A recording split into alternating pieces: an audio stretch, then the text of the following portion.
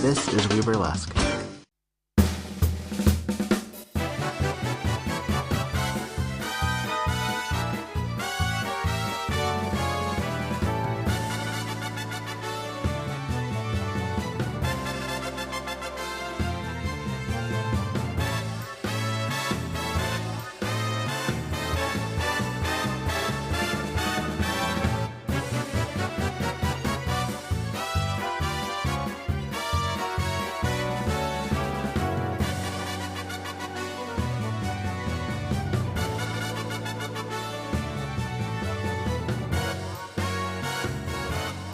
The following episode of the Movies That Made We Sing and Dance may feature spoilers to the footage of those films contained. I don't know how to avoid that. Enjoy! Welcome to WEBurlesque, the podcast, and welcome to the Movies That Made We, the films that have inspired us and brought us to the stages that you eventually have enjoyed us all on. I am your host, Viktor Devonne, and I'm very excited to have a panel of guests to talk about the movie musicals that have made an impact in their life. We've done horror, we've done queer movies, we've done, oh gosh, have we done anything else besides that? We're on our way. But this has been a long time coming, and I'm very especially excited to say hello to Reign Supreme, who waited me out to finally do this. I was supposed to do I've this been wanting 3 to years for so ago. long. Yeah. And I also have Petra Fried on the line. Yay! Hi, it's me, Yay! Petra Hi. Fried. I see you every couple of days, so it's still a delight to have you. And for those who don't know, Petra and I run a Murder She Wrote podcast where we talk about every single episode of Murder She Wrote. It's called Tonight on Murder She Wrote. At length. At length. I haven't watched that It's a show 44-minute long. episode, but we go in. We How talk. long are your episodes? Two- Your podcast It episodes? depends. They're like half, It depends. Yeah. I didn't feel episode like I heard a loops back. concrete answer there. The episode loops back when Okay. we start talking, and then sometimes it gets very close to the end again. Yeah. Because we play it while we talk. Okay. So you can like live comment on it. Basically. Exactly. Cool. I like Exactly. It's kind of like a reaction, kind of a commentary, kind of a Yeah. A deep dive. backstory into the guest stars. Yeah. Cool. Anything we want it to be, honestly. Or Well, many, and many rabbit holes, including about Exactly. musicals. Well, that's the thing, is that so many people on that show are Hollywood royalty and theatrical royalty as well, Angela Lansbury notwithstanding. So, I mean, it's one of those opportunities to really see really fabulous actors in really cool contexts. So this is the Movies That Made We, and this is the musical edition. So admittedly, for your assignment, you were given only 5 to talk about. I know that's a hard sell. I know I'm terrible. But It wasn't as hard as the 10 songs. That was harder. okay, fair enough. That was definitely. I'm more of a music person than a movie person. So This allows us to sort of also deconstruct the adaptations of these musicals that we love. So they may not even be musicals that we've ever seen on stage or even have the same resonance that we have for them on the film. Yeah. And I'm also very excited to have Maggie McMuffin on the line as well. Yay! How you doing? I'm doing amazing. I'm so happy to be back on WEBurlesque podcast. Yes. me too. And you were the only one, I think, of the 3 I have in this session who has not done the music that made we. So anything that we don't talk about today, if there's a musical moment that needs to be represented, there's a whole other show for you to come on to. So please do. That's a I think the fun last time I had you on here, we talked about Bound, right? Yes, Yes. And of course, the Human Centipede. the Human Centipede. If anyone would like to hear Maggie wax Oh. poetic on the Human Centipede, I will include it in the footnotes. Oh yeah, you're into body horror, right? That's like I feel like I've seen you talk about that before. I love body horror. I talk Yeah. about body horror so much. Yeah, it was Centipede, Ginger Snaps. That one episode of Tales from the Crypt, Tales from the the Crypt. Reluctant Vampire, That's it. Yeah. and Yeah. And there was something else. But then we spent Bound all by itself because we watched it. yeah, we watched that with the group. So, I think I had an icebreaker question. So I'm gonna find it. What was it? Icebreaker question. What movie musical hasn't been made yet, but you wait, hang on. What movie and musical hadn't been made yet that you want or didn't do it? Oh, there we go.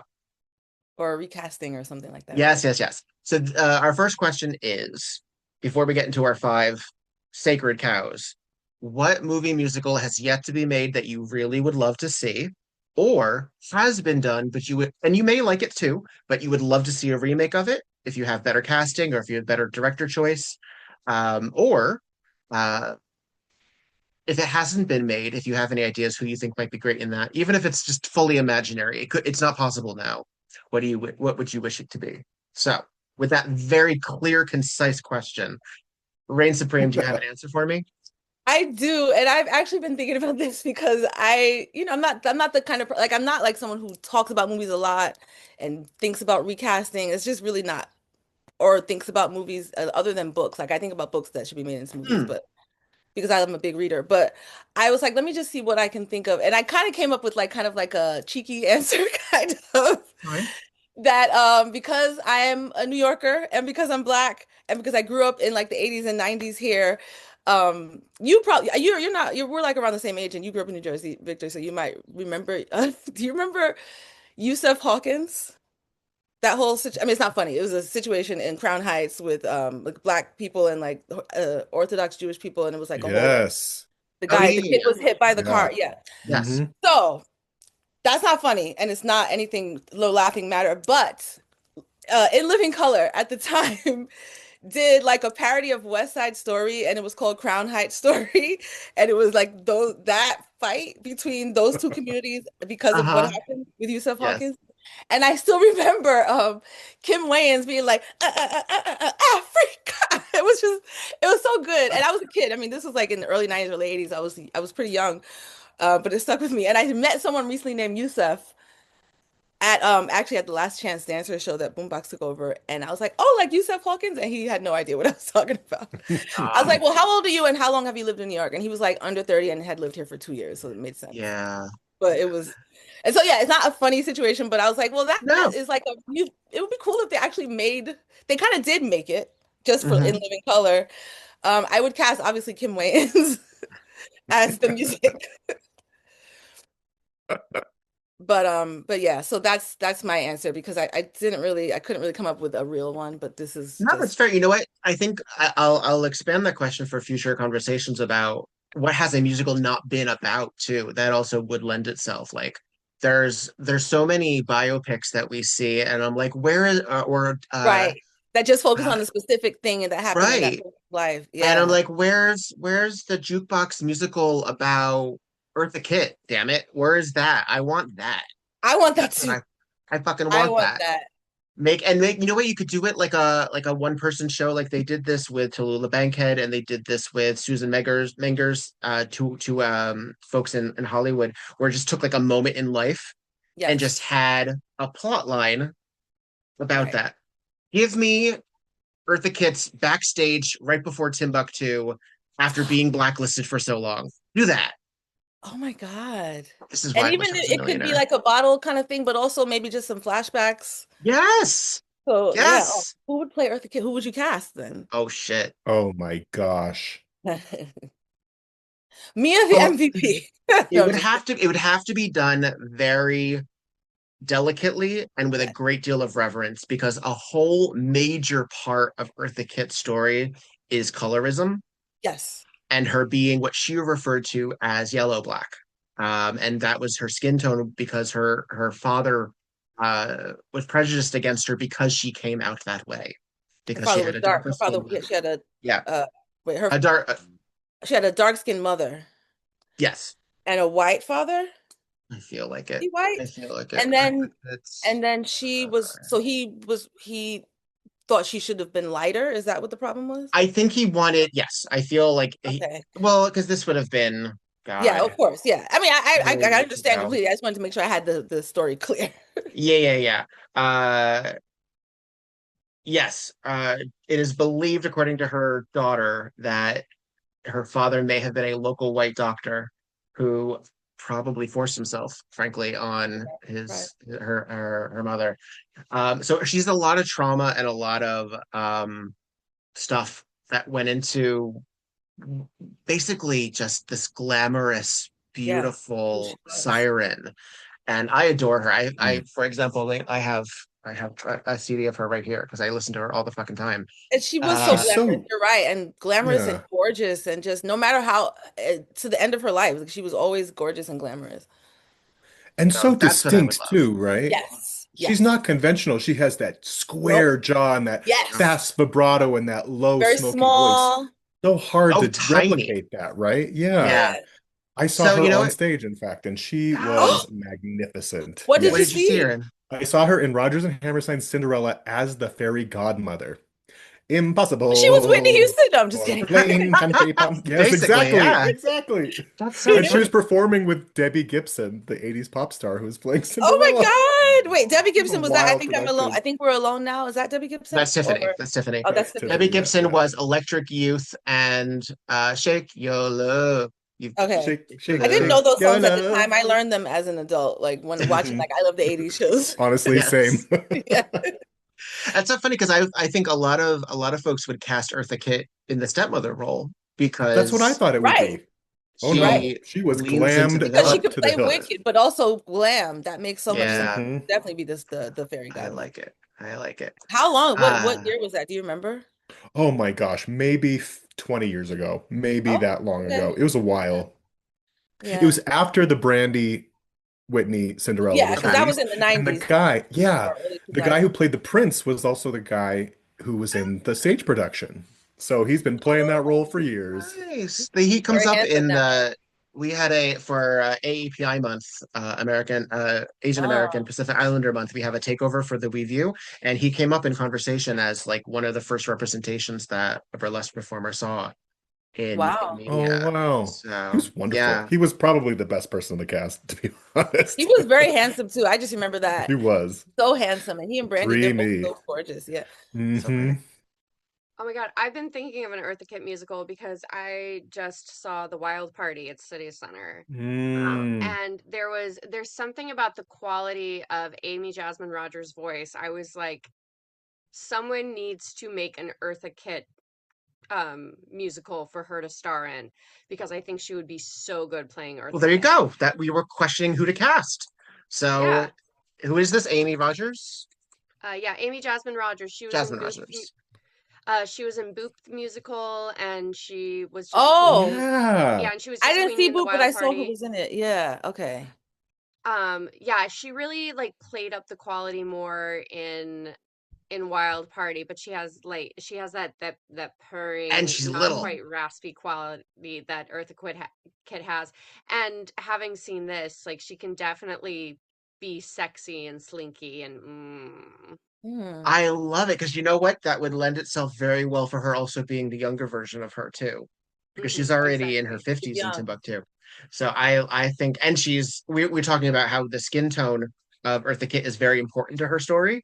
I think Yes. that would lend itself very nicely. So all right, let's become millionaires and get this going. Let's do it. So Petra Fried, do you have a would be? I'll use Eartha as my example. You've inspired me, but you can go more conventional with this answer if you have one. Okay. Well, yeah, I'll have to go more conventionally because I definitely thought about this more in a box. Uh-huh. And this this whole exercise has been a Sophie's choice. I came up with 20 musicals that I wanted to be made in that I wanted to talk about the That's just films of, but content that you can do eventually yourself. honestly, Yeah, only I with my right. own believe This in sounds you. brain. like your wheelhouse for sure. Yeah. I And believe for in this you. for this question, I had five answers, but I think I Wow. have to go with The Light in the Piazza. And there's a reason for that. And I think because it was the first musical I saw it at Lincoln Center Mhm. with theoretically it was supposed to be Victoria Clark in the lead role. I don't know if Mhm. you all know that show very well. Mm-mm. It's kind of obscure, right? It was by Adam Gettle, who is an ancestor of Hammerstein, Oscar Hammerstein. So Okay. long lineage. And I came to New Of York on a theater Cinderella trip. Yeah. Yep, lineage. exactly. Oh, look at And that. the Hammerstein Full Ballroom, circle. And where I it's a went to my very first concert. interesting it's a Sorry. very interesting no, you're okay. It's a very interesting concept because it deals with a really abstract idea of mental illness, Mm. but Oh. it's also like paired with a sweeping, gorgeous, lush score.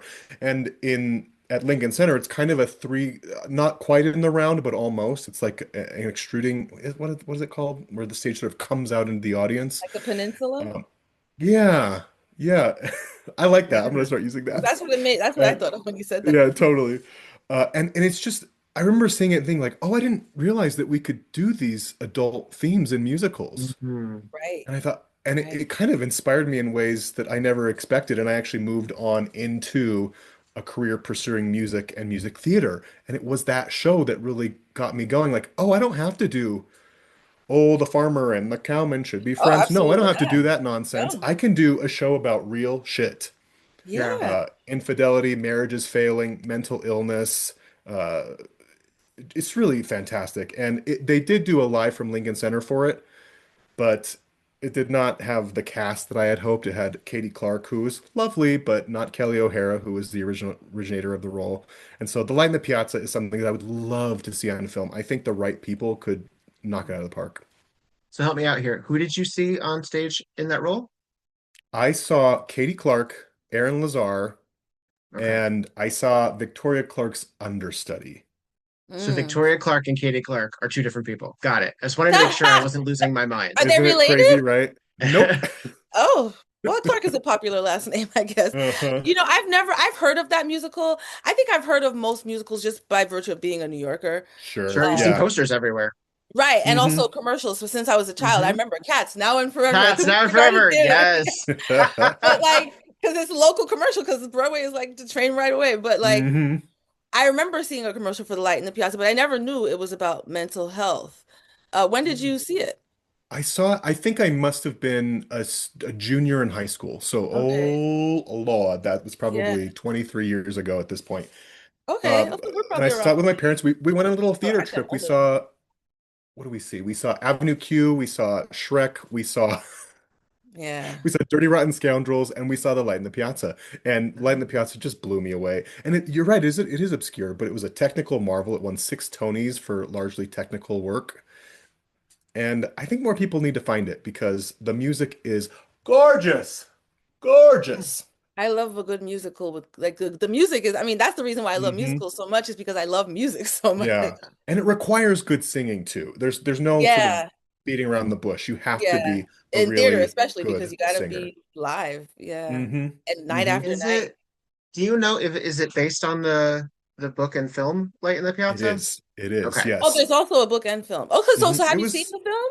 from the The film, 60s. the It's not a 60s musical, but with the Olivia the de Oh. source Havilland. material. Right. Yeah. Oh, Do so you know the it? Have you seen original was that? not a musical, the source material. Mm-mm. No, And it's they like made what it. MGM drama. It's Huh. interesting. Wikipedia calls it a romance. Would you call it a romance? A complicated romance. Complicated. Yes. I mean, let me see if I can find a really good That short would be synopsis. that would be really interesting because we've obviously adjusted as how we consume entertainment when it comes to people of developmental disabilities. Yeah.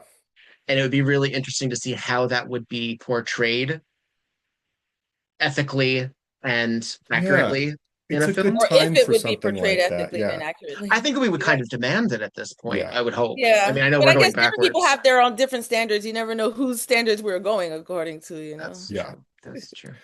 So it's about a woman from North Carolina, and she travels to Italy with her daughter Clara, who's 26. The daughter falls in love with a local Italian boy. But Mhm. Margaret faces a crisis because she has to decide whether to disclose that her child has an injury from when she was a little girl that has left her with a developmental disability where she does not mature Past like mentally this age of 16. past the age of So she's like, at this age where she's now not going to get any yeah. older mentally. But she's sexual, she's coming into her body, Yeah. she wants a relationship, Adolescent. she wants love, but she has the mind of a child. And so it's Mm. really complex. And I actually did the show at NYU when I was there. I played the boy's father. And actually Adam Gettle, the composer, came and watched one of our rehearsals and gave us all tips on Oh, that's that. so cool. It was very Oh, cool. wait, when you said Such tips, a my New York first thought moment. was money because of I think he tipped you guys. Ka-ching, Like, ka-ching. but the other kind of tip, I think, in that at that point in your life, probably made a You lot know more. it. It was a lot Advice, more advice. impactful. Exactly. Anyway, I'd love to see it on screen. That's my pick. Yeah, I'm kind of I bet somebody owns the rights for it and has been holding out.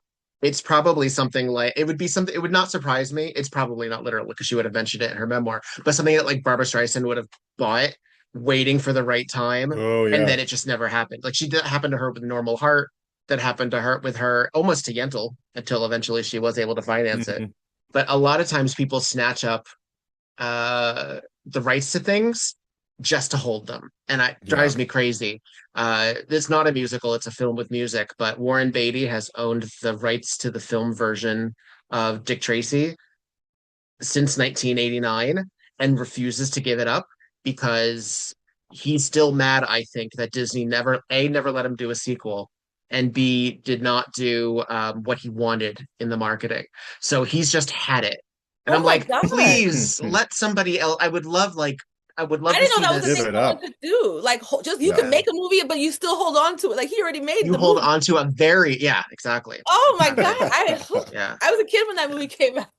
Yeah, yeah.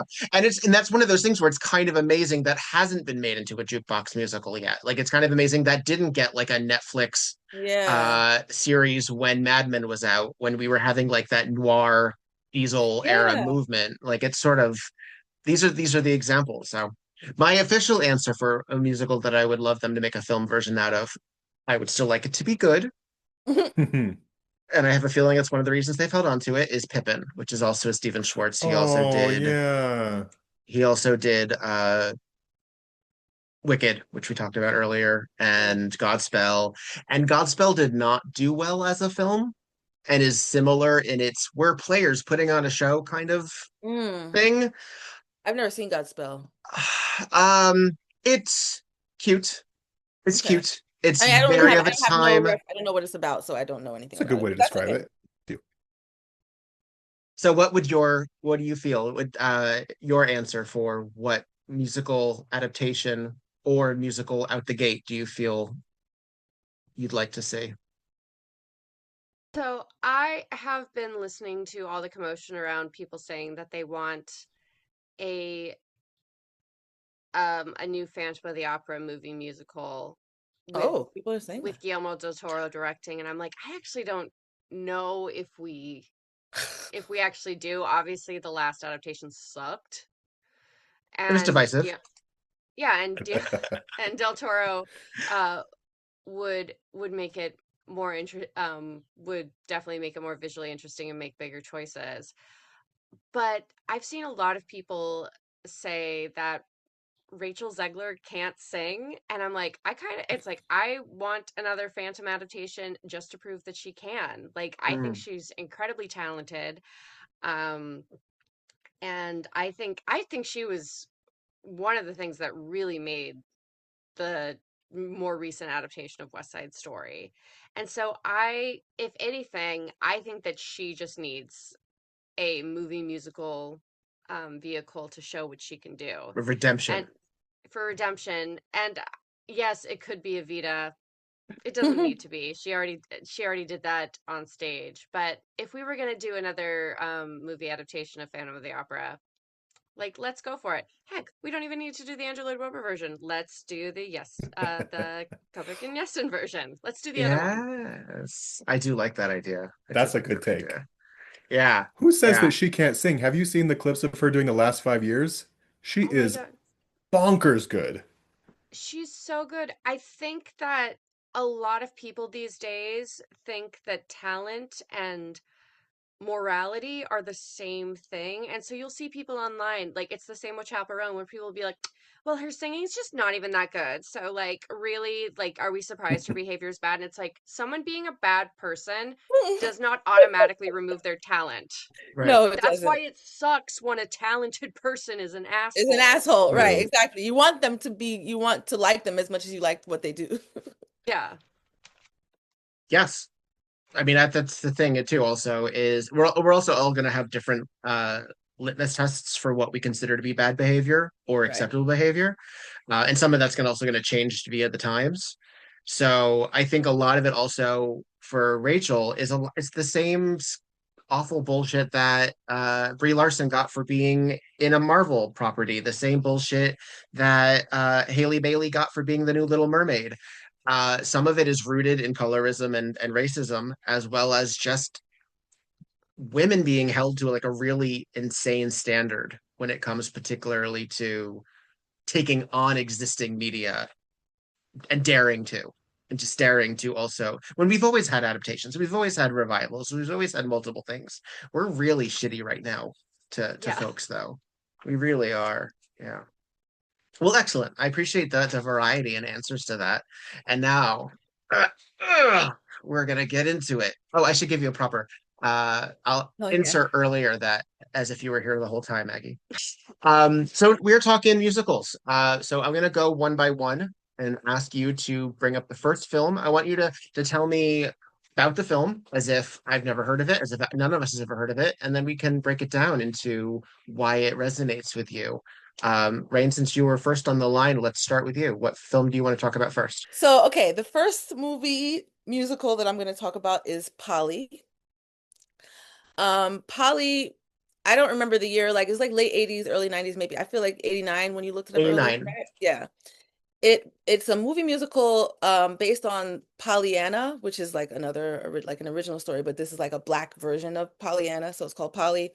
It starred Keisha Knight Pulliam as Polly, and she is an orphan who goes to live with her rich aunt in this small town, somewhere in the South. I don't remember, Alabama maybe. And she gets there and just basically like spreads joy all over the whole town. But really, basically, the town is segregated because some event happened like years ago, and then the black people blame the white people blame the black people. So they just kind of the bridge that was connecting their neighborhoods burned down, and then they just stayed away from each other. And so Polly kind of like brings them together. I don't know what the original Pollyanna is about. I've never seen it.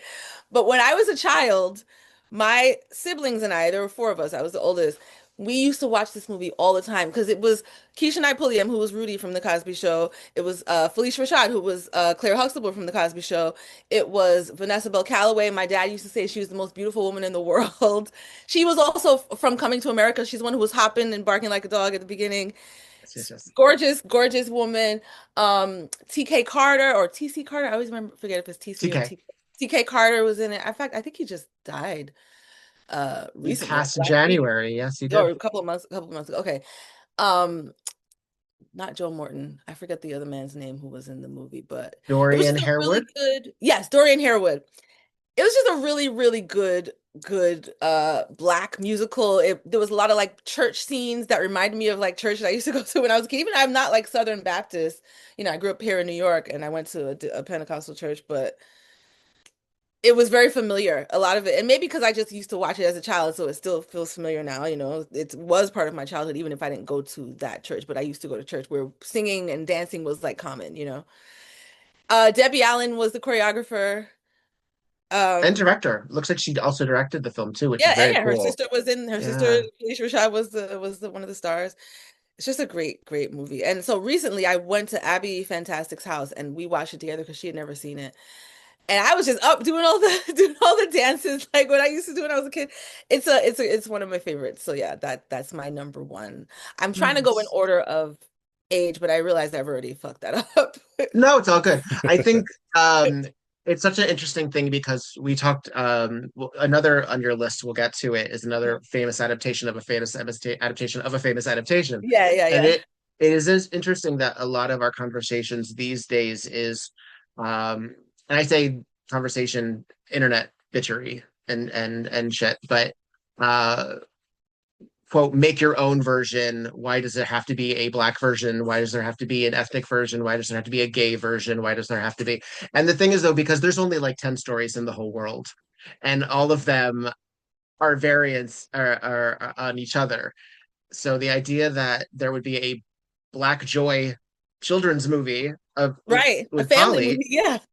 is glorious because I don't know if that, I mean, I think there's a reason, unfortunately, that has probably become lesser known. It hasn't had Mhm. the test of time as other films of that Yeah. era. It was also a Uh, TV movie, I'm pretty sure, but still, yeah. but still, So was I Ruth, I mean, mean. yeah, exactly. Well, and you know Either what I of, just read? yeah, It appears in June of 2025 Debbie Allen, the director of Polly, has teamed up to produce it for Broadway. Yes, I heard that too. And I don't know, we get news like that about these kinds of things all the time, but I'm Right. very And excited. If sometimes they that fall happens, I'm through, but this is very very cool. excited. Yeah. Yeah. I will definitely be seated in that theater watching. Yeah. It's a big splashy musical, right? Dance sequences. Lots of big dance sequences, like what you would expect from Debbie Allen. Sure, sure. Lots of Um, big dance sequences, lots of music. I still remember all the music from it. Like I could still like just the other day I was singing one of the songs from it. Not I didn't hear it. I just was singing it because mhm. good song. I wonder if some of the reason of the is it because it's a Disney film. It's a Yeah. Disney property. Mhm. So Oh, I okay. wonder Probably, if yeah. that Yeah. adds some of the complications because Disney is Probably. stingy at times about Yeah. Mhm. what they put out there. But Mhm. it looks like it hasn't been released uh since DVD in 2000. That's a Yeah. long time, and that's a 26 years complicated. ago. Yeah. Yeah. Yeah. But it's so good, Well, man. It's so good. well, fabulous. So I'm curious, in terms of like that big splashy musical, I'm assuming it also is it it takes place in the 1950s, right? Um, I don't think they ever explicitly Sort of say that. timeless. But the clothing looks like there's a lot of like there's a montage of them buying her all new clothes like to wear to church and stuff because she's poor and she's coming to live with her rich aunt. And so the clothes kind of look like they could be from the 50s, but they also kind of look like they could be from the 80s. Like I don't know. It's very colorful Sure. and bright. I really don't know. They Yeah. don't say, but it does seem like it could be 60s, 50s. I don't know. Does race come into play? Is that a part of do they Yeah, acknowledge it? Okay. they do. At one point, she comments about how she hasn't seen any white people in the whole town, and he's like, "Why you want to see white people?" And he's like, "They all live on the other side of the bridge." There She you has go. a friend that she meets who was also an orphan, but he now, she got adopted by her rich aunt. He still lives at the orphanage um in this town now, but that's like her little friend Jimmy Bean. So it's like the two of them, and he was in the black kid from Sandlot, and he's been in a lot of things. I don't remember his name, Brandon something, but he's been in a lot of stuff too. But I always think Brandon of him Quinton as Adams. yeah, I always I think of looked him it as up. Jimmy Yeah. Bean because he was in when we used to go to church. My brother, there's a dance sequence. There's a song where they're singing a song called Sweet Little Angel Eyes. It's like the guys are just singing kind of like a barbershop quartet on the corner, and then it turns into like this whole big thing where everybody's like kind of dancing on the sidewalk, and then her aunt comes and she gets in trouble because she's not supposed to, her aunt's very strict. She's not supposed to be having any fun. So then she leaves, but they start dancing again. But there's a scene where Jimmy Bean is like doing this dance step on the stairs of the church, going up and down like outside like the front steps of the church. And my brother used to do that every single time we went to church. Just stand on the steps and try to like do that same like foot up, foot down. It's great, man. Is that your favorite sequence? Because that was going to be No, my follow-up. that's not my What, favorite one. My what's your favorite, favorite okay, sequence? my favorite one is probably the stand-up scene. It's also in the church, but it's a stand-up. The song's called Stand Up. Nice. Big, Yeah. big, It's a big dance number. big dance number. Cool. I will have to check it out. I will try to find it. I Okay. have found that archive.org has a pretty decent collection of things that have been on the Yeah. internet once and then hidden. I think it's on Uh, YouTube. When Abby and I watched it, I'm pretty sure we found it on oh, YouTube. fabulous. Fabulous. She looked where to find it, and I'm pretty sure YouTube was either the one we chose, but it was definitely one of the options. But it's there, I Very think. cool. Yeah. Excellent. All right, Petra Fried, do you have a first film you want to mention? Yeah. I'm gonna go chronologically based up. I get a little. I was trying, but I was like, wait, I didn't do this ahead of time. So go ahead. Well, Victor gives me a prompt and I overthink it to death. So I always think of it in This is why we're chronologically. friends, Petra. Yeah, that I makes know. sense. Everything's on a spreadsheet ready to go. Uh, I need help. Uh, I chose one of the first musicals that really like impacted me as a child was Willy Wonka and the Chocolate Factory, the 1971 Oh, film. the And cheeseburger. it just sort of came out of nowhere when I was thinking of this list. Like, of course, I know every song back to front. It's based on the Roald Dahl book. Slightly problematic author, but incredible whimsy and fun and darkness to it. Victor and I Mhm. have talked about this before, but our millennial generation, we were raised on kind of dark material. And Yeah. some of that stuff was really traumatic. And Yeah. those kids theoretically die in that factory, right? Yeah, Well, we don't Yep, really know. We never see as them they again. well, should. theoretically, They're but yeah, I Uh, mean, they're uh, mutilated at the very least. truly, Yeah. it's kind of a In the morality book, tale in a way, in the right? book, Mike Teavee is still is stretched when he Stretched, and he's leaves. like Yeah. paper thin or something. In the book, They yeah, have to in the juice a girl. Anyway, they Mike have to choose. TV. I but I forgot love about the Mike. music in it. I think opening with the Candyman song, I think is really beautiful. I think even the song that Charlie's mother sings, "Cheer up, Charlie." Everybody hates it. I love it. I can't help it. Wow. I think it's such a soft moment, and I think it's necessary in the plot. Uh, but and naturally, when Gene Wilder comes into the picture and sings "Pure Imagination," I Yeah, mean, my world changed. I love that part. It was so dark and so beautiful, so dark and beautiful, and I think it's leaps and bounds. No offense to any lovers of it, of the Tim Burton film, I just think it's leaps Oh and bounds yeah, ahead of it. Yeah. I Uh, agree. I don't love the Johnny Depp interpretation of Willy Wonka in any way, shape, or form. I get why it has to be different from the Wilder version, I don't know but why it had to be that. Didn't it, have to be that. it had to be It There's could Michael Jackson proxy, basically, which was an odd choice. Very odd. Uh, It but I reminded me think of that like Michael musical, Jackson and RuPaul, kind of. It yeah, gave me those two mixed together. little Prince maybe, Yeah, those sort two of reminded soft me of voice. RuPaul. Yeah. But I love it, and I remember first of all, a lot of those movies that I watched as a kid kind of taught me how to be a good kid in a way. A lot of the TV I watched when I was a kid, like Hey Arnold or Rugrats, they were all kind of lessons in how to be Yeah. good to people and how to move as a child through the world with integrity and honesty. And that movie is no different. Charlie wins in the end because he does have integrity and good values, and he's a good kid. And so I guess I really related to those, and unfortunately, it probably made me too obedient for the rest of my life. But I would definitely steal fizzy lifting drinks too. So I'm sorry, it's a soda that makes you fly. Why would you not? why Who would would you not steal not? that? I Come think we all would on. steal that. Yeah. I also think there are pieces in that movie that are so funny. Like particularly in the first half of the movie, there are all the clips away to people in the world trying to get these chocolate bars. Like the woman who First won't give her third her of that chocolate film is bars insane. to as like ransom for her kidnapped husband. She's like, "How long will they give me to think it over?" It's I don't so even remember. I funny haven't seen and that movie in so so long. dark. Oh my Oh, it's God. time for a watch. Yeah, I Yeah. guess so. Yeah. There's like There's a a lot of lot of little that bit movie like, that's not even in the factory. yeah, Right. Yeah, yeah. yeah. I don't know that That I've seen it as an adult, actually. Rachmaninoff. There's just like little bits, So like many adult jokes in there too. And the movie was literally made to advertise a candy company. Right, And the right. candy Yeah, because company I remember then I flopped, used and the to try movie to is look for the timeless. labels on the candies, like, ooh, Wonka, Hmm. this is nerds are Wonka, the Yeah, gobstoppers. totally. yeah. Do you So I have adored a it. do you have a feeling about Grandpa Joe being one of the true villains of cinema? That's the Because one he that started sits in dancing bed when he until he when gets he to go on a found out they were party. rich. Yeah, when he Yes. got up and started dancing.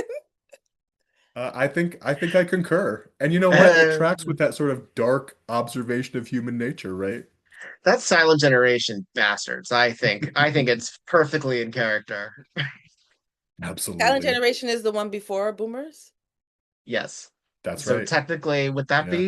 would that qualify for them? What year roughly? I mean, I know it's fiction, but Might it's be Greatest Generation. might be Greatest Generation then. Okay, Greatest Generation also Greatest assholes. is before Silent. Silent is They're Greatest, all and then assholes. Silent, and then Boomer, Then Boomer, then X. then Okay, after Boomer, X, I know then what. Well, I Millennial. Yeah, not the new ones. I don't know the Hmm. alphas and the the betas. youngins. Yeah, Oh, Yeah, and I we think the can't forget Silent about the. Generation were the ones that were being born like during World War One and World War Two, and the baby Mm, boomers are the ones who were born when those things ended and people came back and were like, "We're alive, let's fuck. Let's let's never fuck. unpack Yeah, our trauma." Let's have a good time. Yeah. mm.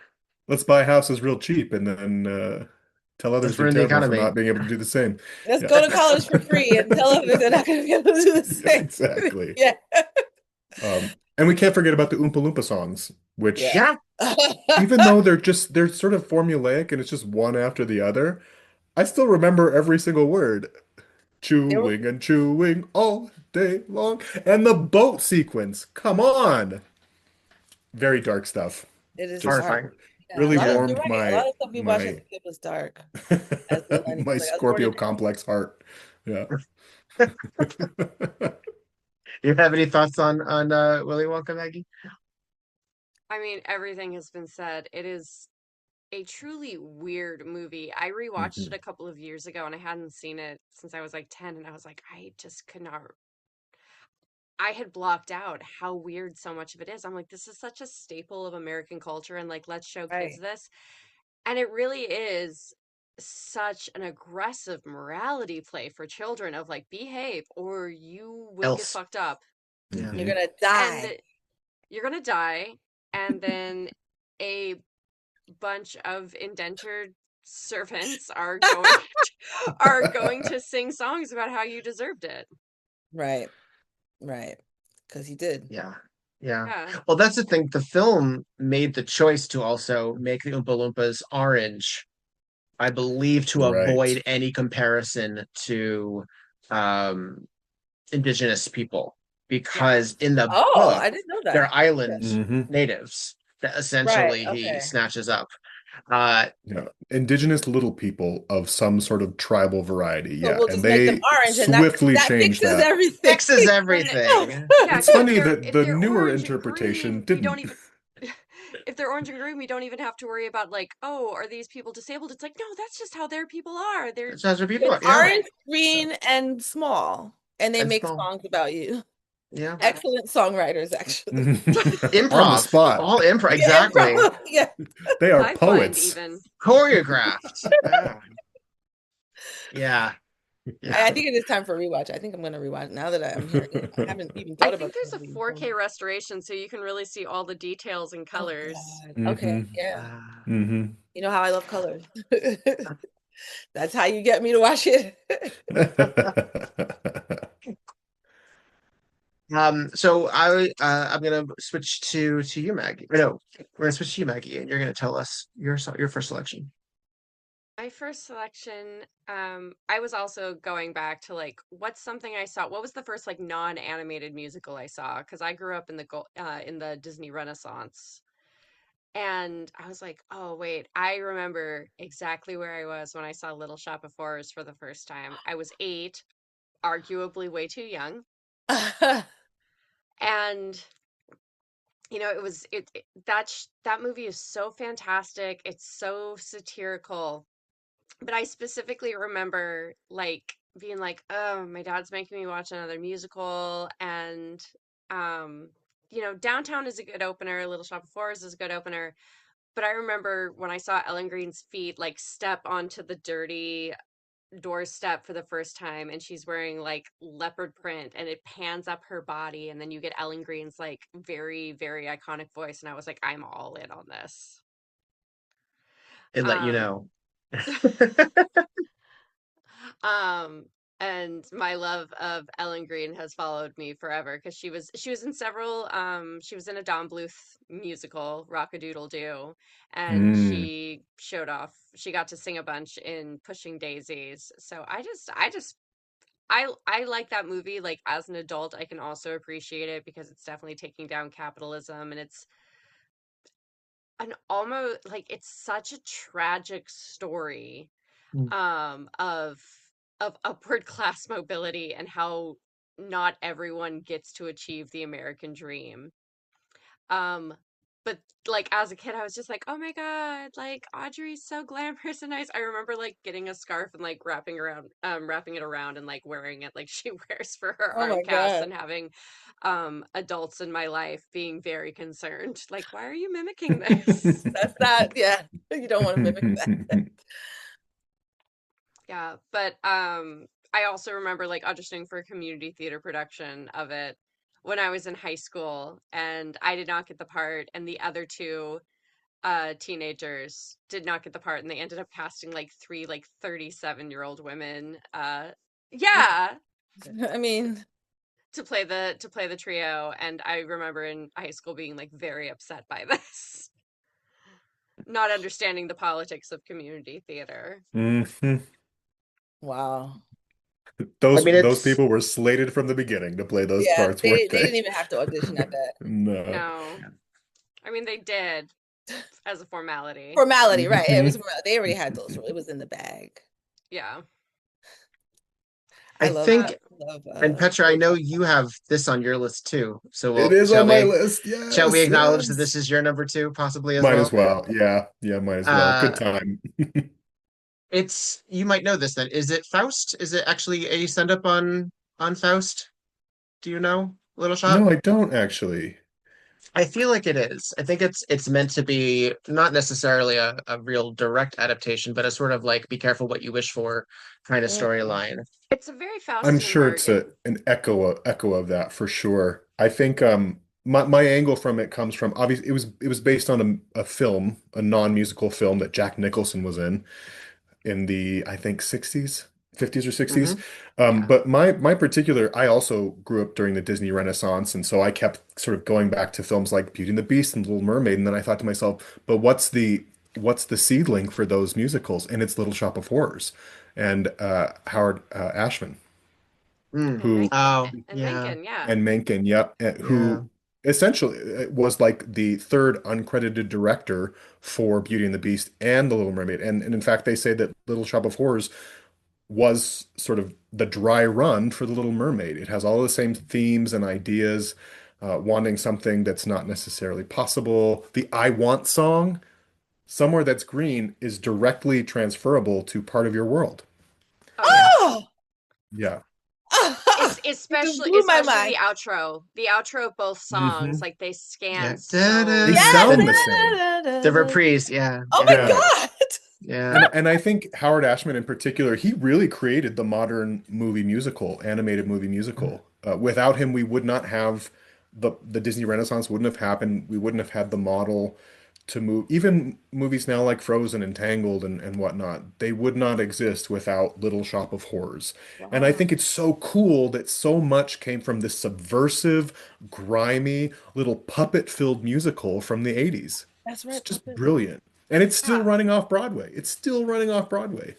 Yeah, they keep even though they aren't even stunt casting. Some people have been like stunt casting and then people are like, "No, no, it's star casting." Like it's not really stunt casting to cast someone who came out of the Disney musical pipeline and put them in the lead on an Right. off-Broadway Yeah. show. Like Yeah. Right. That's what they were Not the planning to same. be. Yeah, that's practice. That's That's their trajectory. Yeah. Yeah. And I think because yeah. Little Shop of Horrors is about people in a lower socioeconomic class and marginalized people, it opens up the door to so many different people playing those characters. And now we've seen trans characters. Yeah, Uh, Michaela J played Audrey, didn't she, in the first yeah, one? Yeah. yeah. Yeah.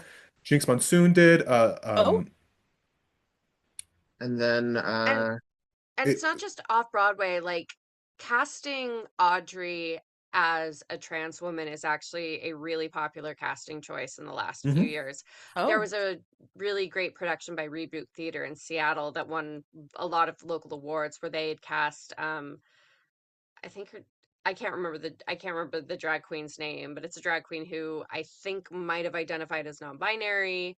And they also cast a trans man as Seymour, which in the same production that Yes. Michaela J. Rodriguez was Audrey, they had I think a trans mask Seymour. Mm. mhm. Hmm. Right. Well, I mean that because the show Ashman, uh, as a gay man, was already writing a lot of queer yearning material. So I think that that comes through and that speaks. And there's a reason that if you look at a lot of even quote straight film musicals where the composer is clearly, Cole Porter, your Irving Berlitz, like they're clearly going through something, even if they didn't identify in a specific way. Um, the hiding and the wanting and the not being able to get or be oneself, that is musical theater. That's the whole Yeah. trajectory of musical theater. Yeah. Jerry Herman getting these taking older women is such a gay trope and making them fabulous and making Mm. them get what they've always wanted finally is such a gay trope. Yeah. It really does lend itself. Huh. So Yeah. Uh, yeah. When I was in elementary school, I think maybe it was in fourth grade, and the class above us did Little Shop of Horrors for their musical one year. That was my first exposure to it. So this is in the Wow. 80s. And like yeah, I it must have been like it's like 89 or something like that. And I just remember I didn't know anything about Little Shop of Horrors, but I saw this, in school. We went to my class went to the play like everybody else's class did and watched it. And I was like, this is really like, because it was abuse. There was like all these adult themes, but in this elementary Hmm. school, and granted, we were like, gifted and talented, but still we were children. It didn't seem like as an adult now thinking about it, doesn't seem like something that you would expect an elementary school to put on, Yeah. but they did. And that was I was like, okay, well, and then I remember later I saw the movie and I was like, oh, the three black girls in the back. Like I loved the whole thing. I loved everything about it. I loved Audrey's voice, like you said, her voice. Rick Moranis was really famous at the time. He was like Yeah. the Honey, I Shrunk the Kids and Ghostbusters and all that. Ghostbusters. And he's marvelous in that movie. He Oh was my marvelous. But God. I love the fact that she had such a thick, her accent was so New York. It was like a very like thick accent. And I was just like, Yeah. okay, I like the way she talks. I like this. I like, the three black girls singing in the back. Like this is, and Steve Martin, the dentist. Yeah. Yeah, that's not on my list. Because I was very specific about what I wanted to put on my list. But if I thought more broadly about it, that probably would also be on my Yeah. list also, because it was one of the first musicals I can remember as a child seeing. You're Mhm. right. I mean, it is kind of like a wolf in sheep's clothing, right? Yeah. It's so subversive, and we don't really accept that until we actually examine it People are because getting Right. it's so hacked to When you're a fluffy pieces. and child, you don't really know about, whimsical and it's fun just at weird, first. but Yeah. yeah. And also the Yeah. 80s were so wild. Like I was watching R-rated movies with my dad like in the 80s.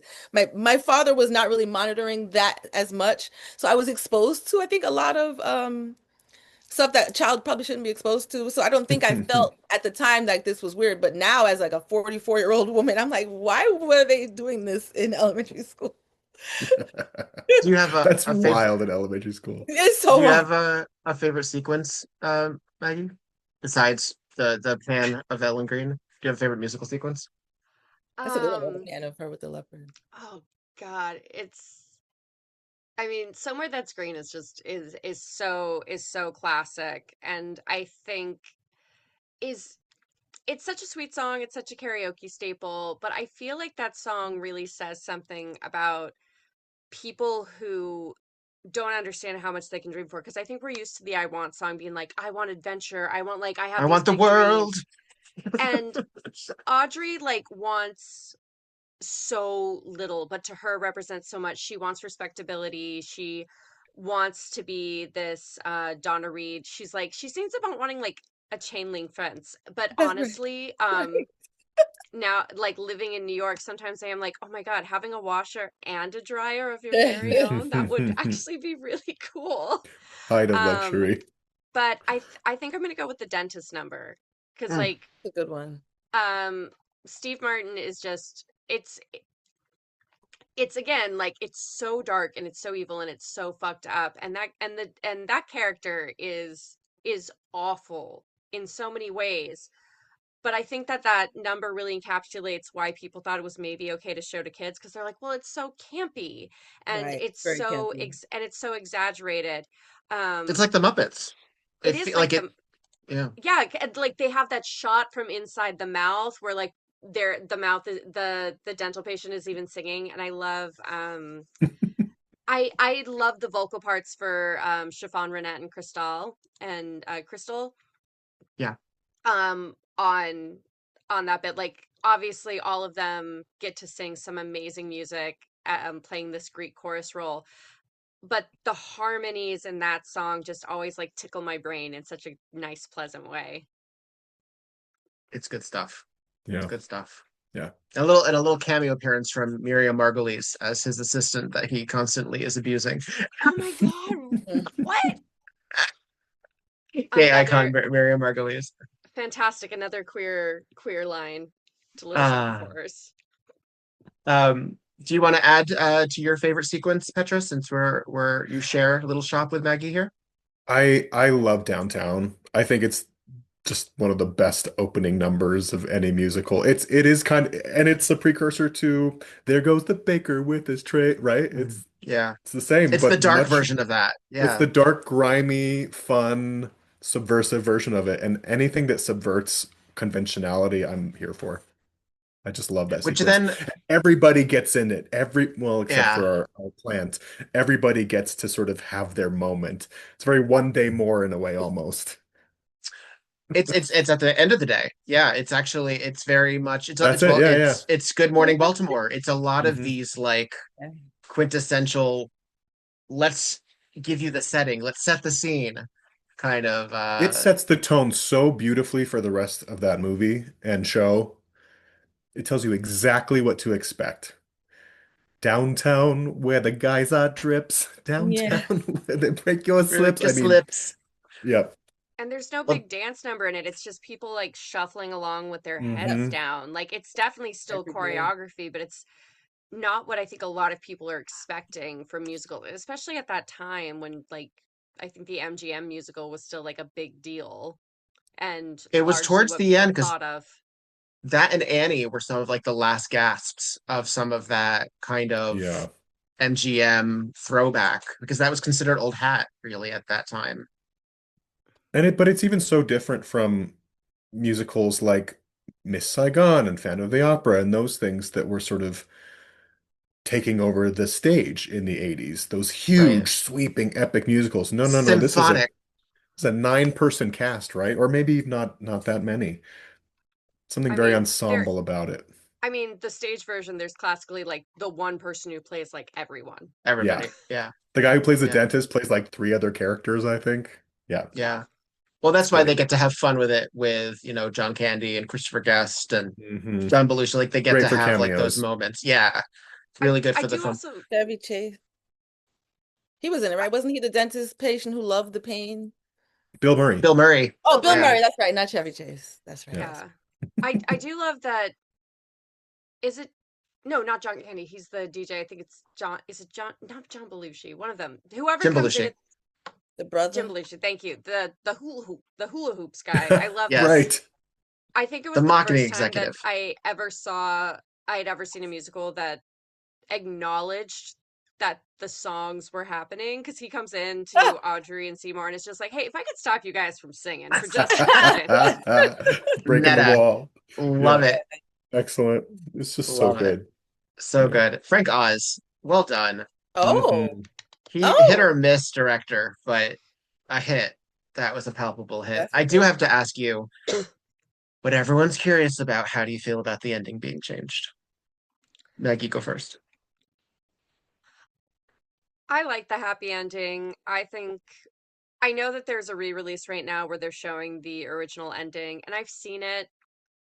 I I don't think it works as well in the movie. I think it looks fine, but I think it takes us too much out of this very lived in environment that we've spent the entire time in and going to everything. It just doesn't feel as great. And I think that seeing tragedy in a movie versus seeing it on stage and from in front of you reads really, really differently.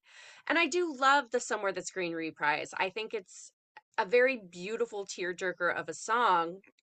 And obviously, like Ellen Green could pull it off. She pulled it off in the original stage production and in a concert version decades later. But for the film, I think it's important for more accessible stuff like that to show a happy ending because I think that the movie is seen by more people who are in those marginalized communities.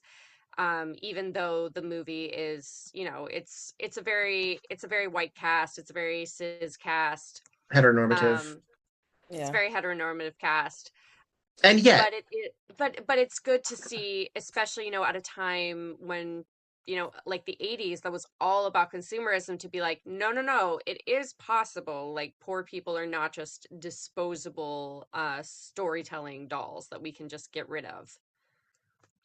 Hmm. yeah. I personally, Patrick, I'm going to ask you too, but I'm going to jump in and say I find the ending to be cruel. And I absolutely agree with you that on stage, cruelty can still be funny. In a movie, it would change everything and it would make everything such a different direction. I don't think it does work. I much prefer proper rewritten ending as well for the film. I don't mind it in the stage show. I'm fine with it. It to me, I've seen it a couple of times, and once Audrey, our human Audrey, choosing to get eaten is a little abrupt. It's a little quick. So I'm like, where's our angst here? Where are we going with this? So I think it's very hard to do that in a way that gives her agency. So it kind of feels like we're just taking that away and then just saying she gets eaten anyway. I'm like, well, that's not fun. That's not fun for anyone. Yeah. And I'm glad that they Uh, saved her. If it had just been Seymour who got a happy ending, I would be pissed off. and I wouldn't believe it. What happy ending for what? Where he wouldn't get what he wanted. He All he actually wanted was Audrey. it would be a Twilight Zone episode. It would where Yeah. he's just sitting on the Yeah. steps without his glasses. Like it would just not. Yeah. At what cost? At what cost? Petra, how do you feel about the rewrite as this is one of your films? Yeah. So the ending that they filmed originally for the movie was very long, I think. It was like many, many minutes and cost buco bucks. But I think Maggie is right. It takes us out of a really intimate story and that we spent the whole movie engrossed in these characters, and then all of a sudden there's like a 7 minute sequence without any of them. I don't think that Yeah. really works. I think it makes sense that the test audience says, no, I don't like that. I think it makes sense, even though they were devastated to cut all that footage. On the flip side, there is something about the stage production that I think is very poetic and very like fuck around, find out that I like. Sure. There is a world where I want there to be a film version of this that handles that ending in a better way. I Mm. don't know what it looks like, but there is something very I mean, it's absurd when she's like, "Feed me to the plant, Seymour." And he's like, "What?" After all this? But it's because it's subversive. Again, I love the subversion because and then he jumps in and gets swallowed up himself. I think having a more abrupt ending is better. But the film version isn't don't aren't they at their like white picket fence and then there's a little plant in the garden, a Yes, Yeah. it little still little leaves it open. so It it's still leaves already it doing the open. work of the original ending without I the think far more mass clever. violence and destruction. Yeah. So I think it's really beautiful, or as it is.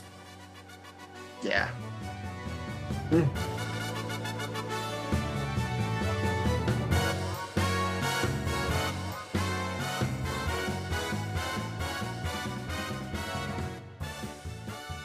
Hello, hello, kitty cats. I'm Gemma from Tales and Tassels podcast. This is the show where you learn about the lives of burlesque and nightlife performers, their craft, their cats, and the way the two worlds collide. It's a space for cat-loving creatives with thoughtful reflections, backstage stories, and the occasional feline expert in the mix. 2 full seasons are streaming right meow. Listen wherever you get your podcasts.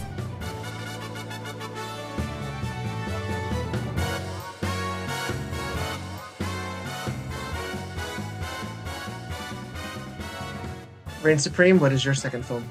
My second film, and now, so from now, I'm gonna go in chronological order. So I already went out of order, but this is the oldest one on my list. It is The Wiz. The Wiz. Yeah, I don't know what year it came out. I know I was a child, or no, I was before I was born. I think was it in the 70s?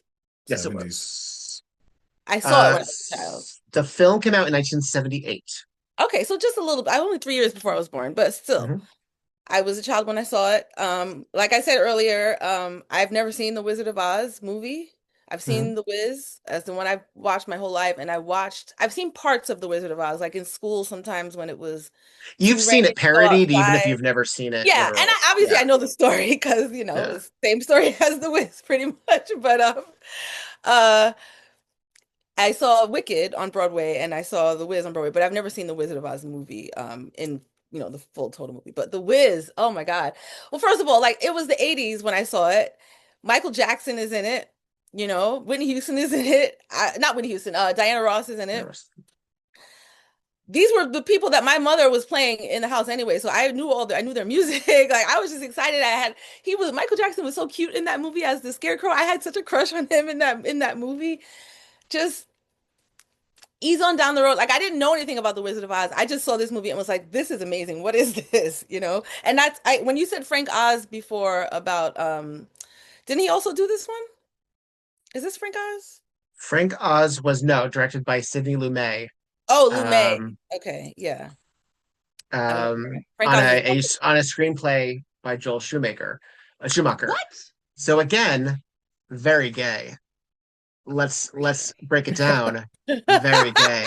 Very gay. But so for those of you who don't know The Wiz, I mean, I feel like everyone kind of knows The Wiz at this point, but if you don't, listening, it's basically a black version, just like how Polly is a black version of.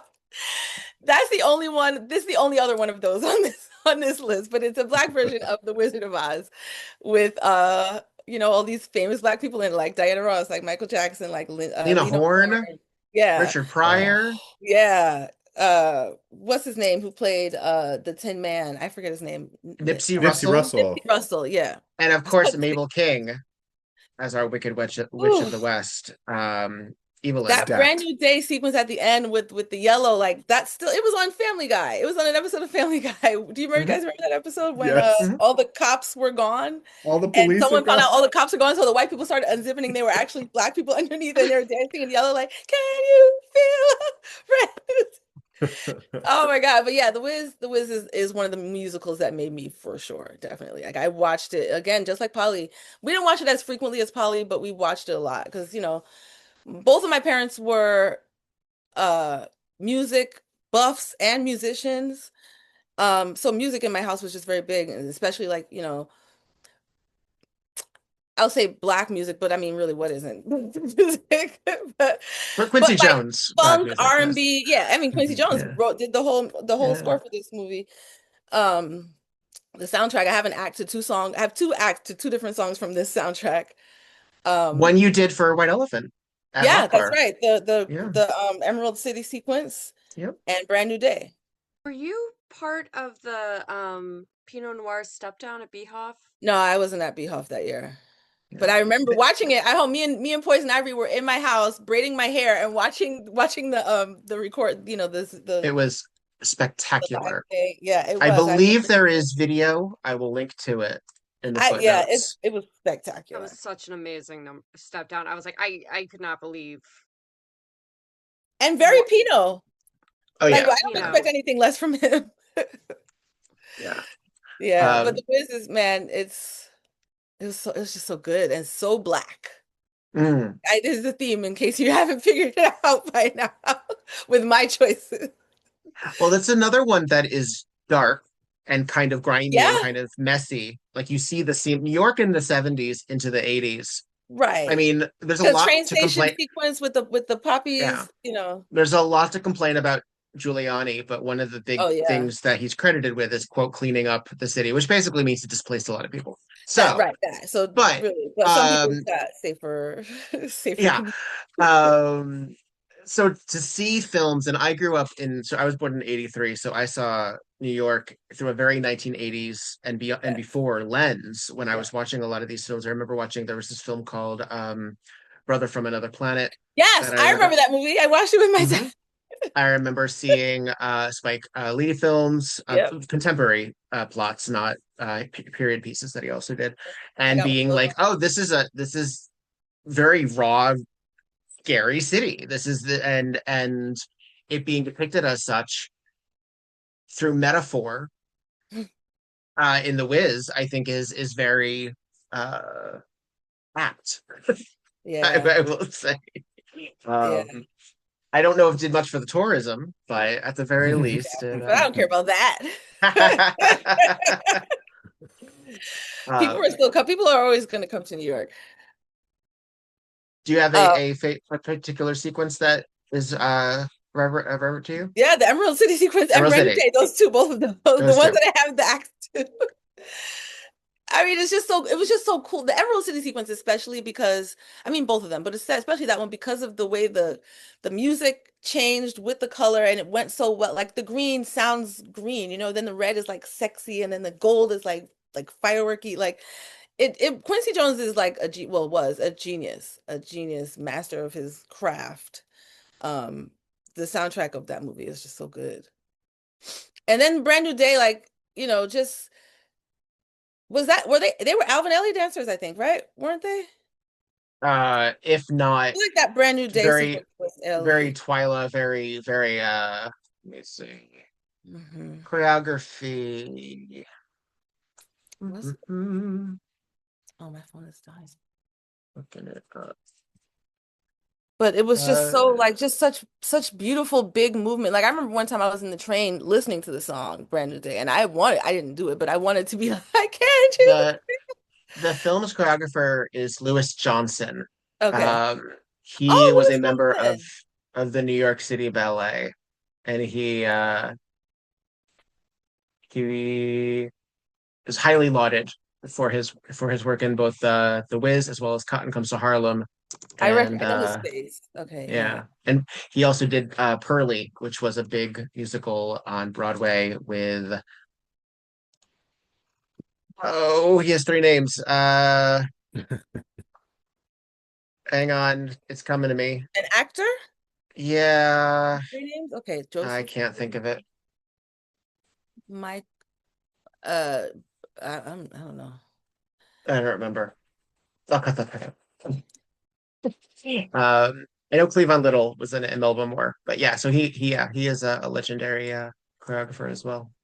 Yeah, it's just so it's really good. I mean, The Wiz, and also it's just so I watched it recently with Pearl Noir and Poison Ivory. We watched it together on Pearl's birthday a couple of years ago, like 2 years ago maybe. And I hadn't seen it in a while, and we were trying to figure out a movie to watch, and I was like, let's watch The Wiz. And it just, so because these are movies that I watched when I was a child, most of them, they take me back to my childhood, but also I still listen to the songs. Mhm. I feel like it's timeless music and timeless, I mean, the themes of obviously it's the same as The Wizard of Oz, but they took it a little bit different. Like she was from Harlem instead of from Kansas. She was a teacher. She's never been outside of her block in Harlem or something like that. But like, Well, even The Wizard of Oz very is a variant on the fish out of water person going right. through, it's that itself is a trope. It's a trope. Yeah, So exactly. yeah, yeah. The hero's Exactly. journey. It's not a Hero's story. Yeah. Exactly. And But then it you find changed a out it was lot all too. within you it was within you the whole time. But yeah, that's my number two selection, The Wiz. Excellent. Do either of you It was have great on Broadway too. I loved it on Broadway. who did you see? Do you remember? No, but I saw it right before it left. So Deborah Cox was in it. She was Okay. the Glinda, I think, right? Or whatever her name was, the good witch, the gold one. Hmm. And then what's his name? Wayne Brady was in it, but by the time I saw it, he wasn't there anymore. Mm. So I saw the other guy who was also very good. I don't remember his name, but the girl who played Dorothy, I remember Audrey was telling me that they did a show together at some point. She did some other kind of she's a singer, so I guess Hmm. I don't remember anyone's name. Oh, Avery Wilson was also he was the Scarecrow, a singer. I like Gotcha. him. Very cool. Very cool. Yeah. Do Wonderful. either of you remember seeing The Wiz? I mean, we're all very white as fuck, but That's did okay. any I of will I be the us? wa black. I watched it all the time, all the time. I It's know. so good. I think the music is better than The Wizard of Oz, Of frankly. course it's Um, better. Duh. I think there Who was a even lot of, remembers songs from The Wizard of Oz aside from honestly. I don't Rainbow? know them. Well, and Yeah. the Scarecrow song, they actually wrote that song for Michael Jackson. They took out the one that was in the stage musical and replaced it with "You Can I Win, can't You wait. Can Break It." Oh, Yeah. love it so much. It's good. And when I look at that movie, all I see is money because that Emerald City sequence looks expensive as It fuck. does. It It's does. so good. And also, that movie introduced me to Lena Horne. I didn't really know Okay. because I watched it as a child, obviously. So, white kid in Colorado, you don't really get a lot of exposure to that type of Like culture. But Colorado. Lena Horne showing up at that screen at the end was a revelation to me. Yeah. That woman can sing. She has gravitas, presence, just incredible. Where's her I movie? Damn it! Where's the Lena And I I Horne know, feel like story? right? she God damn talked it! Where's about who she Lena wanted to Horne? play her. Didn't she talk about who she wanted? She I feel like probably Possibly. this has. was a long conversation that happened a while ago, but Yeah. I don't remember Could who have she said. been. Probably at the time I Yeah. feel like Halle Berry or somebody, but Hmm. Yeah. When And I and think it's a also, good example. Oh, sorry, go ahead. no, please go ahead. I think it's one of those good examples of taking because the stage musical takes place in our traditional version of Oz, but Yes. they actually for the film decided to give it that urban gritty Yeah. bent, Right. right? Which I think is one of those examples of when they flip a concept on its head for a film version, and I think it works. I think the movie was not super successful in its No, time. I think it's but more of like over cult time has classic. gotten more successful, cult classic, yeah. And I think part of it is because it was just a little long, frankly. It's kind of a long movie. Mm. Could have been edited maybe 20, 25 minutes, but I love it. It almost made my list. We Oh, used to do that. We used to have long movies. I We used to. Yeah. know. We used to have long songs too. Yes, we There did. are long movies. Movies are long again. I Bring don't back really the watch 12-inch movies like that mix. anymore. Sinners is the last time I went to the movies, I think. That's a Uh, good one to have gone to the movie theater for. Yeah. Mm. and I will also point out that Brand New Day was written by Luther Vandross. Very gay. Gay icon. Did you see his movie? His not. It wasn't a biopic. It was a documentary, but it was so good. Oh, I've not. No, I will it was. though. I I will recommend it. though. It was so good. Oh my God, I loved him already, but it made me fall in love with him even more. I loved it. And of course, I mean, more cannot be said. It is not extremely positive for Diana Ross, who is a legend in and of herself. She gunned for that part. She She did, essentially and she got made shit them for get it And she sick. was too. older because she was older, right? She wasn't supposed to be a. Yeah. She was supposed to be a Correct. kid, but Yeah. they made her a teacher because she was older A Yeah. librarian. Yeah, I think, and or that's the thing librarian. Yeah. also, that kind of thing where people play old, where people get roles and they're older. I feel like sometimes we shouldn't have the internet in general, but for this purpose in particular, where we find out how old that person is in real life and say, oh, well, they're too old for that. No, but they're playing a role. And if you believe it, it doesn't fucking matter. Like it doesn't fucking matter. We also come from a time of character actors in Hollywood who would always play older than they actually were. Mhm. And I think the idea of Ellen Green playing, I think she reads older than Seymour in Little Shop. Like that Yeah, adds Seymour to had her great. trajectory. That adds Yeah. to her Yeah. desperation. Yeah. And The also fact that Ellen the fact that Green, the trauma that she'd been through had aged her. Like, yes, yeah. I feel getting an older Dorothy doesn't make it any less impactful. No, It I agree. changes what the story is. Yeah. In I And think that's a okay. positive sense. In a positive sense. Yeah. Not everyone has to be an ingenue. No, Nope. and sometimes Thank God. being and this is not just, Punk Victor's talking here, but or aged out twink death Victor. Uh if I knew then what I know now, I would have been a lot nicer to myself. It's that kind of characterization I think is necessary because I think you can't just be wide-eyed and say all of this is new to me. You need to have some reaction. And I think having some lived experience Life is experience. Yep. important. Is important. Mhm. Maggie, we're up to your second film.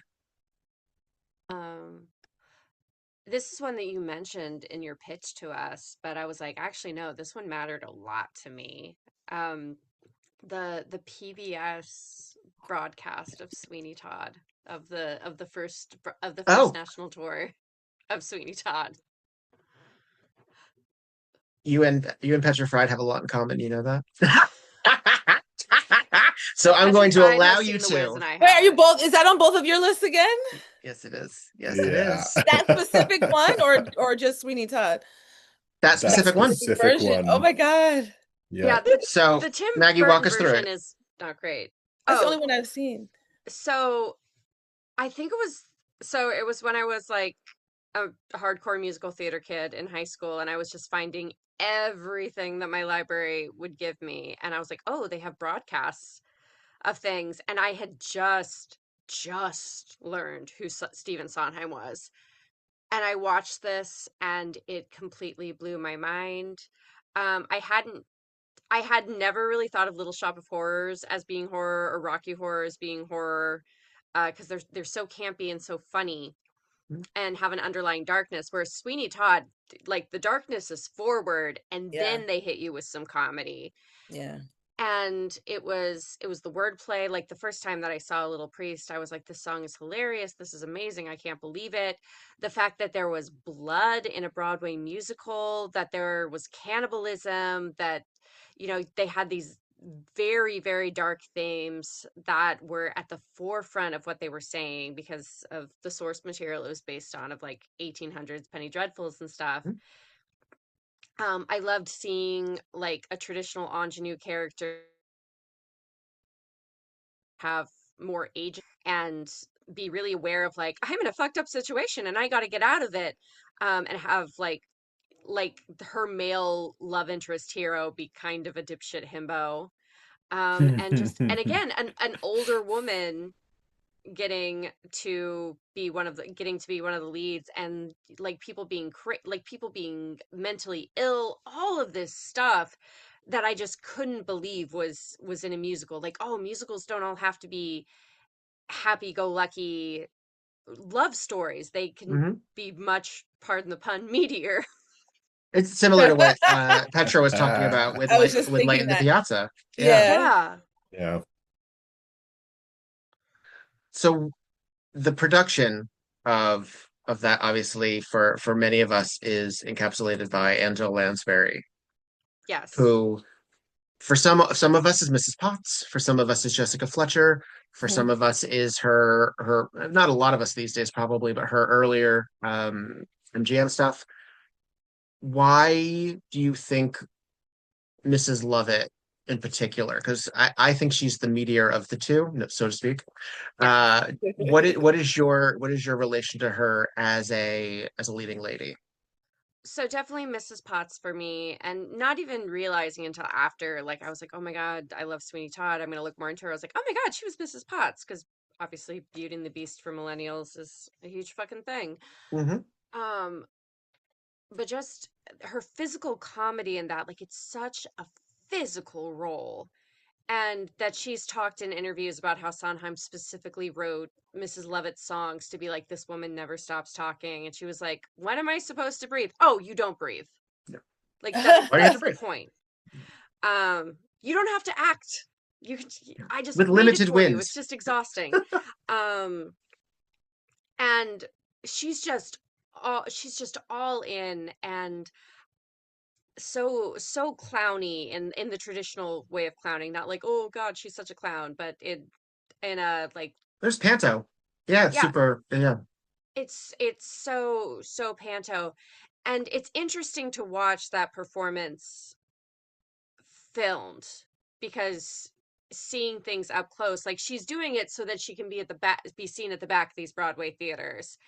And I don't know if they always intended Mrs. Lovett to be that physical, or if, much like Ellen Green's voice for Audrey, like how many decades did it take for people playing Audrey to be like, you don't have to try to sound like Ellen Green. That's just what that woman sounds like. Yeah. There's nothing that says Audrey has a high squeaky voice. I don't know if there's actually anything that says Mrs. Lovett has to be like that, but there's always this element of physical comedy written in, and Well, I'm a Angela big Lansbury doesn't have to sound like that either. She is putting on that Cockney accent, is doing some of the work for her there too. That's, oh God, that's true. I always forget that that's not, she's It doesn't. She actually, if you ridiculous think about how accent. she sings Beauty and the Beast, and if you're familiar with any of her other Broadway stuff, like she has this really beautiful song from Dear World, which is called Kiss Her Now. Gorgeous. Her stuff in Mame. I mean, she had, or Gypsy, like she has like a a lived-in voice, but Hmm. it's not quite weathered. No. And it's definitely a voice that lends itself to like, ah, yes, you have a voice. It sounds like you. It's a voice that people like parody Character. and Yeah. can Yeah. do. Like it's not a voice to shove into an ensemble. No. And No, yeah, not a I love, conventional one anywhere. yeah. So when I think of Angela Lansbury, I really do think of Mrs. Lovett first, despite the fact that I was introduced to her as Mrs. Potts. But I love the bulk of that cast. I love most of the cast in that production. The Joanna is Great. I think she's really leaning into I think she does a lot of really great comedic things. I'm not a huge fan of like her exact vocal quality. But that's a personal preference. Mm. I mean, Joanna is kind of I feel, a thankless role because she's automatically, by sheer virtue of everything else in that show, the least interesting thing that's going on. She's like the MacGuffin. That's I all don't think she that's is. true. I love Joanna. I Okay. think Jo- I think Joanna is a really interesting character and a really interesting subversion of the traditional ingenue role. If you want to talk about a thankless character, a thankless ingenue who's just like, why the fuck is she here? Why do we have to focus on her? Let's talk about Cosette and Les Mis. But Bingo. I think Joanna, like the entire point of Kiss Me, of her being like this creepy old guy who is my father figure, is going to force me to marry him, and I don't want to do that. And she has this guy who's like, I'm going to marry you and take you away. And she's like, yes, that's a great idea. Let's figure out how to make that work. Oh my God. Yes, you're going to come get me and we're going to get married. What is your name? I I don't think at any point Joanna is truly in love with Anthony. I Awesome. think she sees him 100% as a way out. And then the plan gets found out. She gets thrown into an asylum in the 1800s. It's terrible. Oh my Um, God. and she comes out and she's like, she's the voice of reason. He's the idealistic one who's like, no, we're going to be together. I just need you to stay here. We can trust this guy. And then she meets Sweeney when she's in drag and he tries to kill her. And like, she's the one who runs out and gets the cops for the finale. She has to, she goes from being in this horrible situation, and there are different, I think this started with the tour. Anthony's like, I'd kill 100 men to set her free. And then when he goes to free her, he's like, I can't do it. And he drops the gun. And she's the one who picks it up and murders the asylum owner. Like, Fog, yeah. I think she has a lot of stuff going on that is that would be enough to fill out a whole story of her being the protagonist in a gothic story where she gets to be the heroine who undergoes all these like horrible things and then gets herself out of them.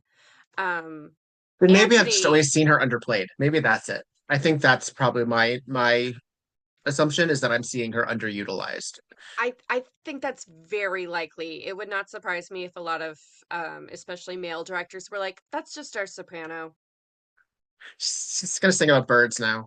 Yeah, in the same Yeah. way that, I mean, there are even touring productions of Phantom of the Opera where Christine gets underplayed, and the first time that I saw a production where they let her be like, where they, it was the first new tour production where they kind of like altered the script for the Broadway, and everyone around her was in a comedy. Like everyone was being very big and very overdramatic, and it was clear that Christine was being played as like, I am in a psychological horror movie. And it really like landed like, yeah, this entire story is fucked up.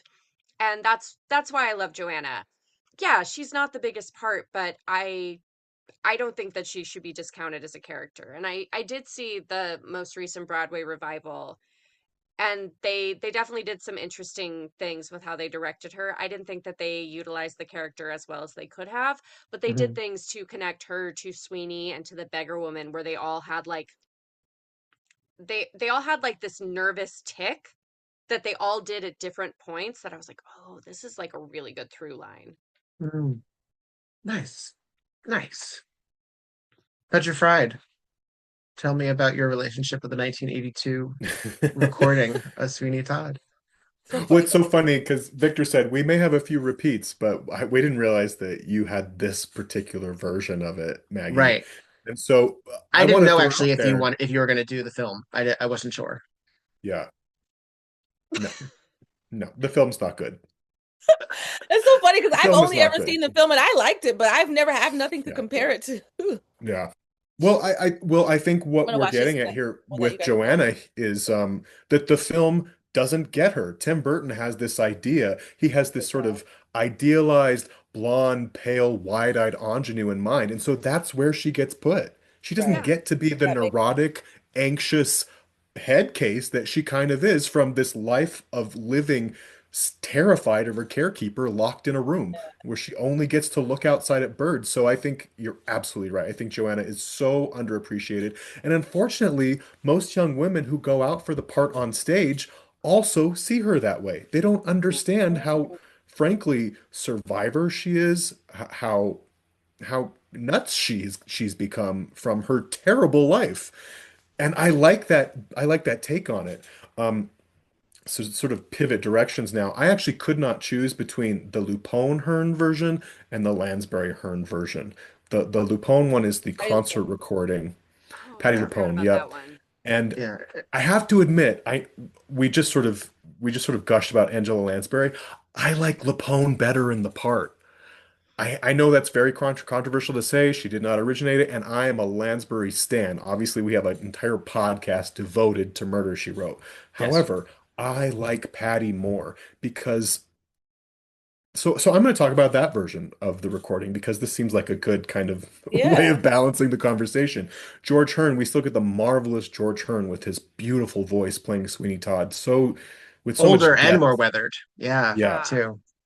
I just love his voice too. I remember hearing his voice when I saw the 82 version and thinking like, that's how I want to sound. When I'm a mature baritone singer, that's the voice I want to sound like.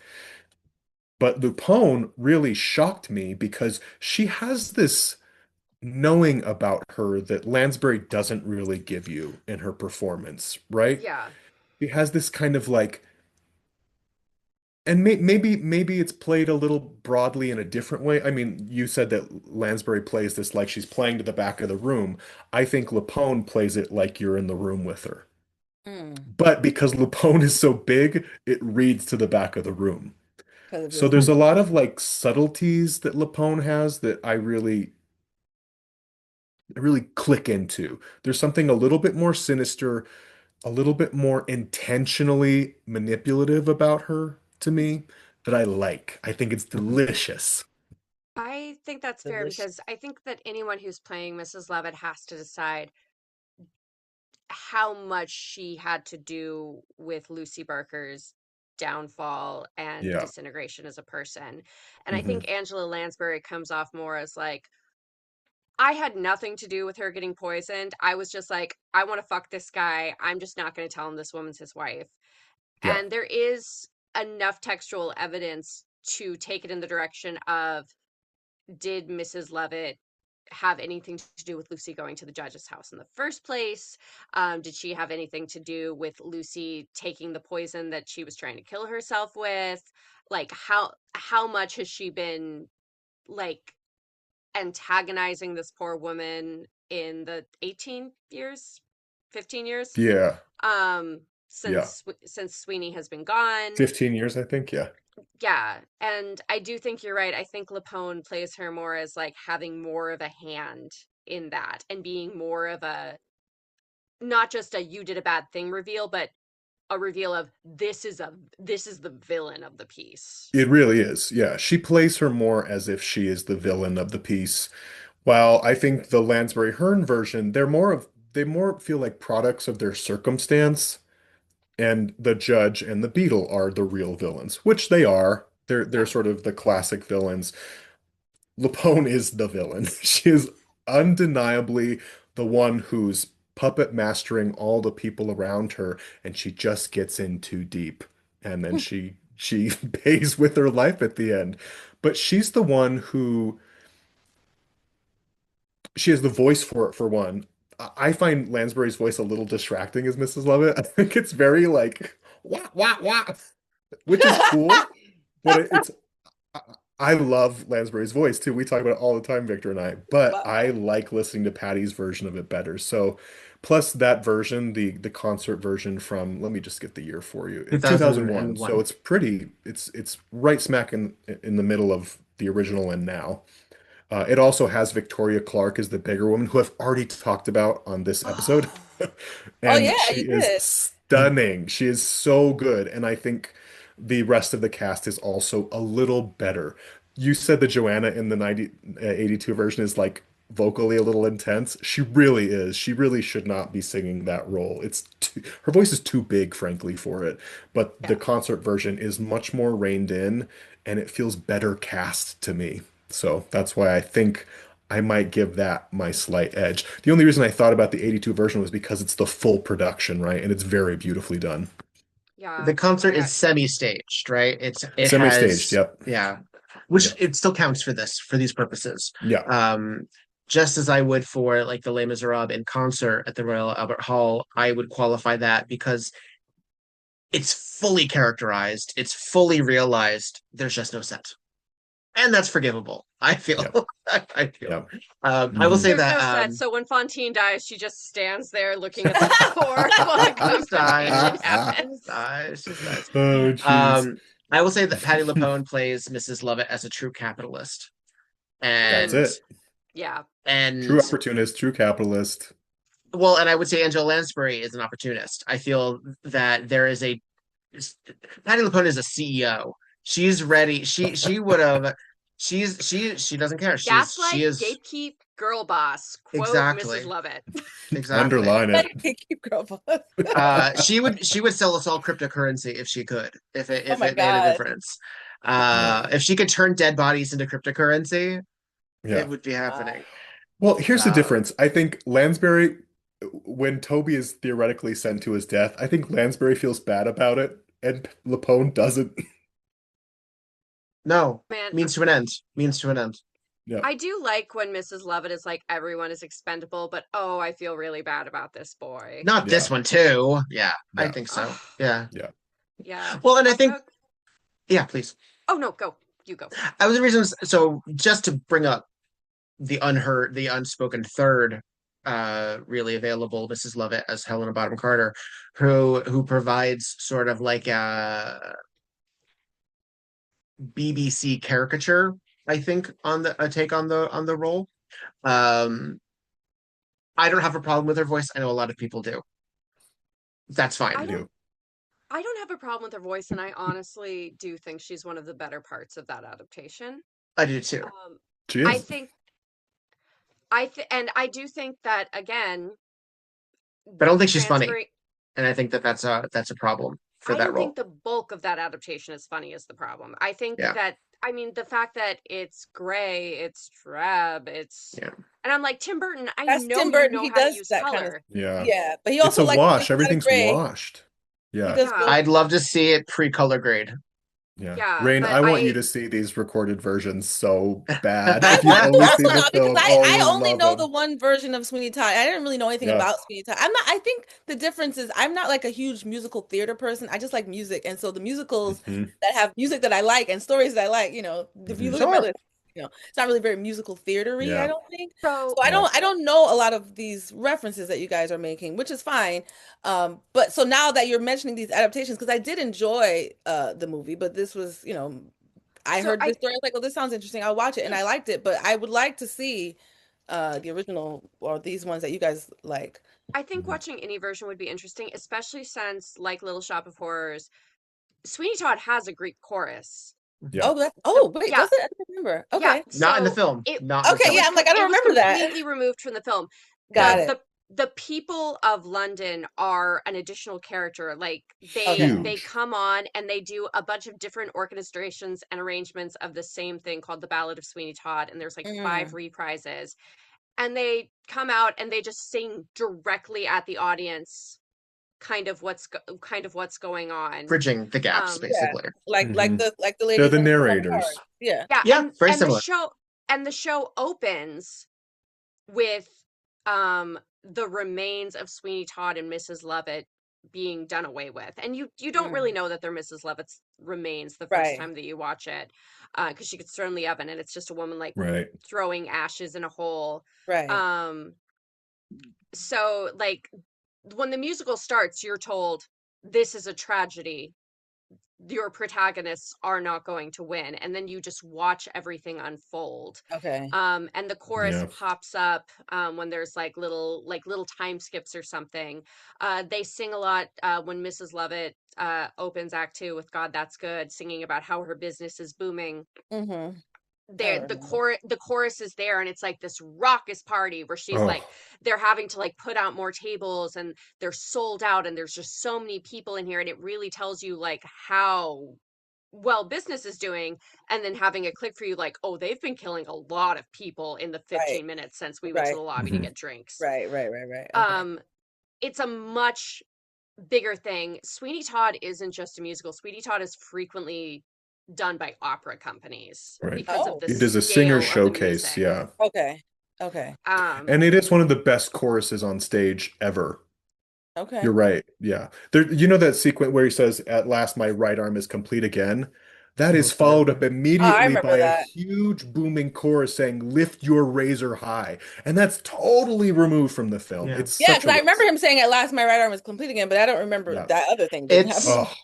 It's chilling. It's chilling. It's basically, it's also dissonant. Like that show, Sondheim is challenging for a lot of people. I know a lot of people don't like Sondheim because he does play with dissonance and music not being pretty at the same time as it being beautiful. But there are parts of that show that are kind of unpleasant. There's this constant whistle that repeats throughout the show as well. That just, okay, guys, it's a highly disarming. Right. Okay, so tell me again, what is the name of the one that I should be looking for?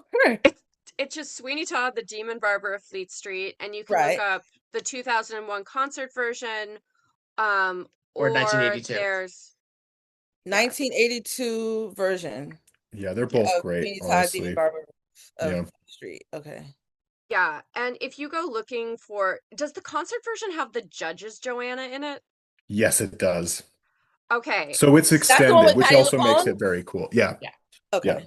Yeah, so the Judge does not have a solo in most productions. Like, this gets removed. He has a reprise of Joanna. Joanna gets sung about like constantly in this show. That's one of the songs I remember. Is about 5 songs named Joanna. Yeah. But in the original Broadway production, and then in the concert version, the Judge sings a version where he's flagellating himself while praying and asking God for the strength to basically not rape Joanna. Yeah. And it's basically Judge Frollo in Hunchback. It really is, yeah. I've never seen Hunchback. You could say flagellating, you could say masturbating, probably maybe at the same time. Some productions actually do imply that he's masturbating and flagellating himself at the same time. It's wild. And then at the end of this song, he's like, wait, but if I marry her, it doesn't count as assault. Because he's a judge. He knows the legal loophole. Yeah. And I remember, so I saw this, got it from the library, immediately got the cast recording from the library, and I was listening to the CD on my Walkman and was just skipping, trying to find, and I was like, trying to find A Little Priest. Oh, right. It's just a 10-minute song full of puns. And I landed on that song, and I was like, what the fuck is this? And I just sat listening to it at 16 years old, and I was like, I don't remember that song being in the thing I watched. Too. Yeah. All right. Well, I will report back. So I had to wait until I got home that night to actually go look it up and be like, what is this extra song? So it is a very dark musical that then has some hilarious moments. Yeah.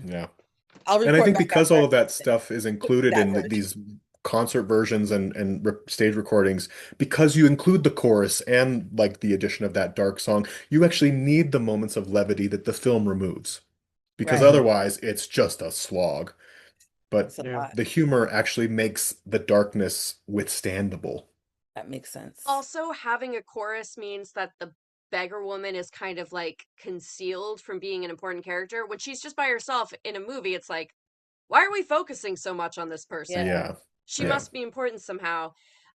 Whereas in the show, because she's basically always kind of obscured in the ensemble, it is a huge reveal that Sweeney Todd has killed the wife he's been trying to avenge this whole time. And it's heartbreaking, because then you go from having this dissonant sound and the whistle and these huge choruses to just like a moment of utter silence. Yeah. Before the music picks back up again. That's not a show that could have a happy ending. Rewrite. I have a feeling. I I think can't imagine that one why. lends itself to ending with the plant eating everyone. Tragedy. Yeah, That one lends Yeah. itself. Yeah. that wins. However, in the 1982, as I adore the final ballad of Sweeney Todd, which again is not in the film, because Angela Lansbury and George Hearn get to stand up after their deaths and have another little meta moment. And I think that it really I don't think that anything is unfilmable, but it tells me that that is a true stage show, and that I think you need to lean into it being a stage show, and that it does. So that's why I Yeah. consider 1982 still a film version too. Oh my God. Can I tell you how the revival ended, the most recent revival? If you'd like, yes. Yes. I just thought it was such a good thing because they had the giant grave, the hole in the ground, and there's like the vocals have ended, and we've just got like the outro of the actual instrumentals. And so Sweeney and Mrs. Lovett have sang to each other, and they turn their backs to the audience, and they're like looking at the grave. And Sweeney Todd, without looking at Mrs. Lovett, just holds his hand out to her like he's accepted that his fate is being tied to this woman forever. Ugh. And then she looks at him and she's like, and takes his hand and keeps looking at him while they take a few steps forward. And then they jump, and before you see their bodies fall into the hole, there's a blackout. Nice. Gorgeous. Yeah, I love I it. love Oh my theater. God. Oh my I love God, theater. I love theater. I love theater. Oh my God. Wow. Let's take a quick turn. Does anybody need a break? Anybody need a glass of water? Or I do. 2 minutes? I need a second. Okay. Yeah. Yeah. All right, Okay, good. 5 This is minutes, everyone. Okay. Here, I'm just gonna move this so people can vaguely see my boy. Oh, the baby. Yeah.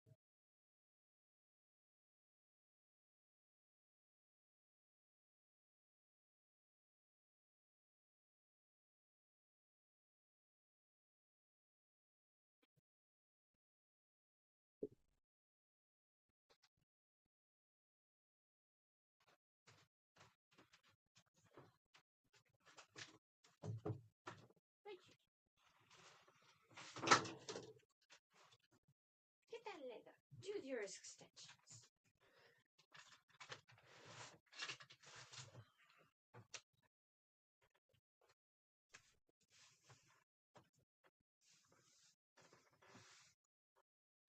It's a baby.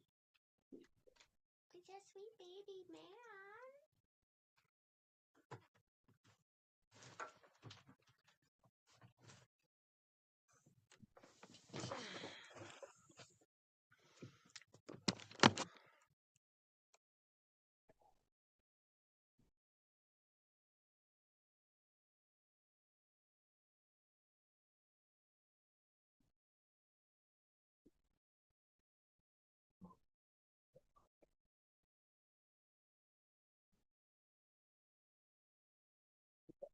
I could talk about Sweeney Todd for hours.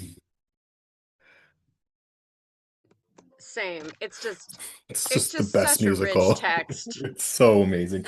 I played Sweeney Todd in college. Oh wow. Yeah.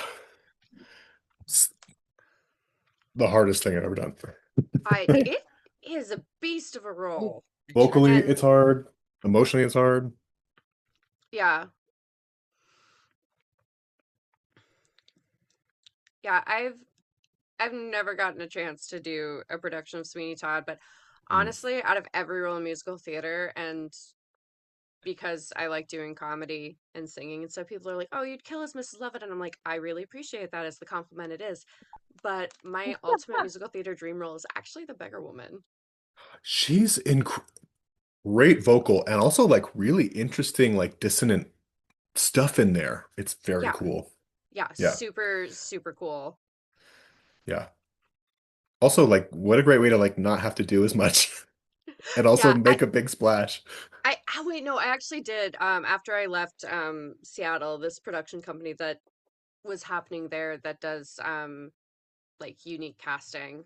They were the production I talked about with Little Shop earlier.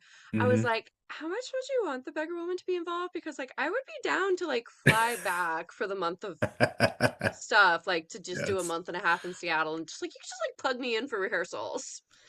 And they were like, we would rather not do that. And I was like, fine, that's fair. That makes sense.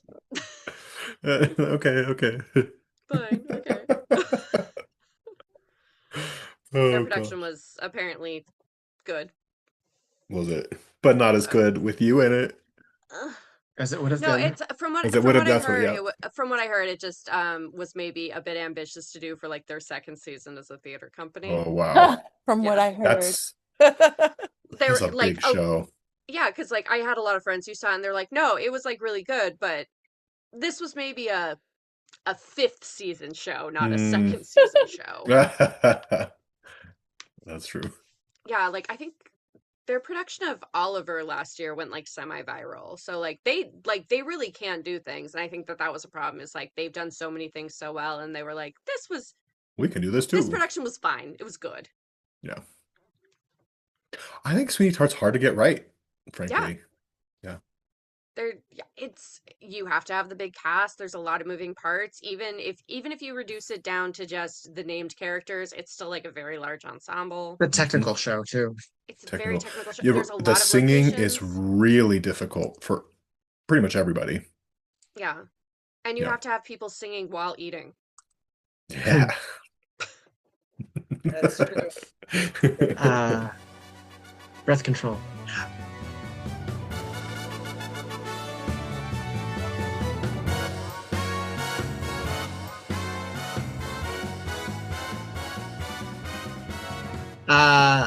All right, Rain, are you ready to dive into film number three? Yeah. Tell us about three. So my next one, number 3, is School Daze from Spike Lee. Were you not, is that on your list also, Petra? No. Oh. No. I just see you nodded like, yeah. I mean, I know it, yeah. Yeah, I mean, Spike Lee's not known for making musicals, obviously, but he did make Sure. one, and I love it. I love it. I mean, listen, it takes place at an HBCU, aka Historically Black College University. That's what that stands for. It takes place at like Morehouse and Spelman during homecoming weekend. And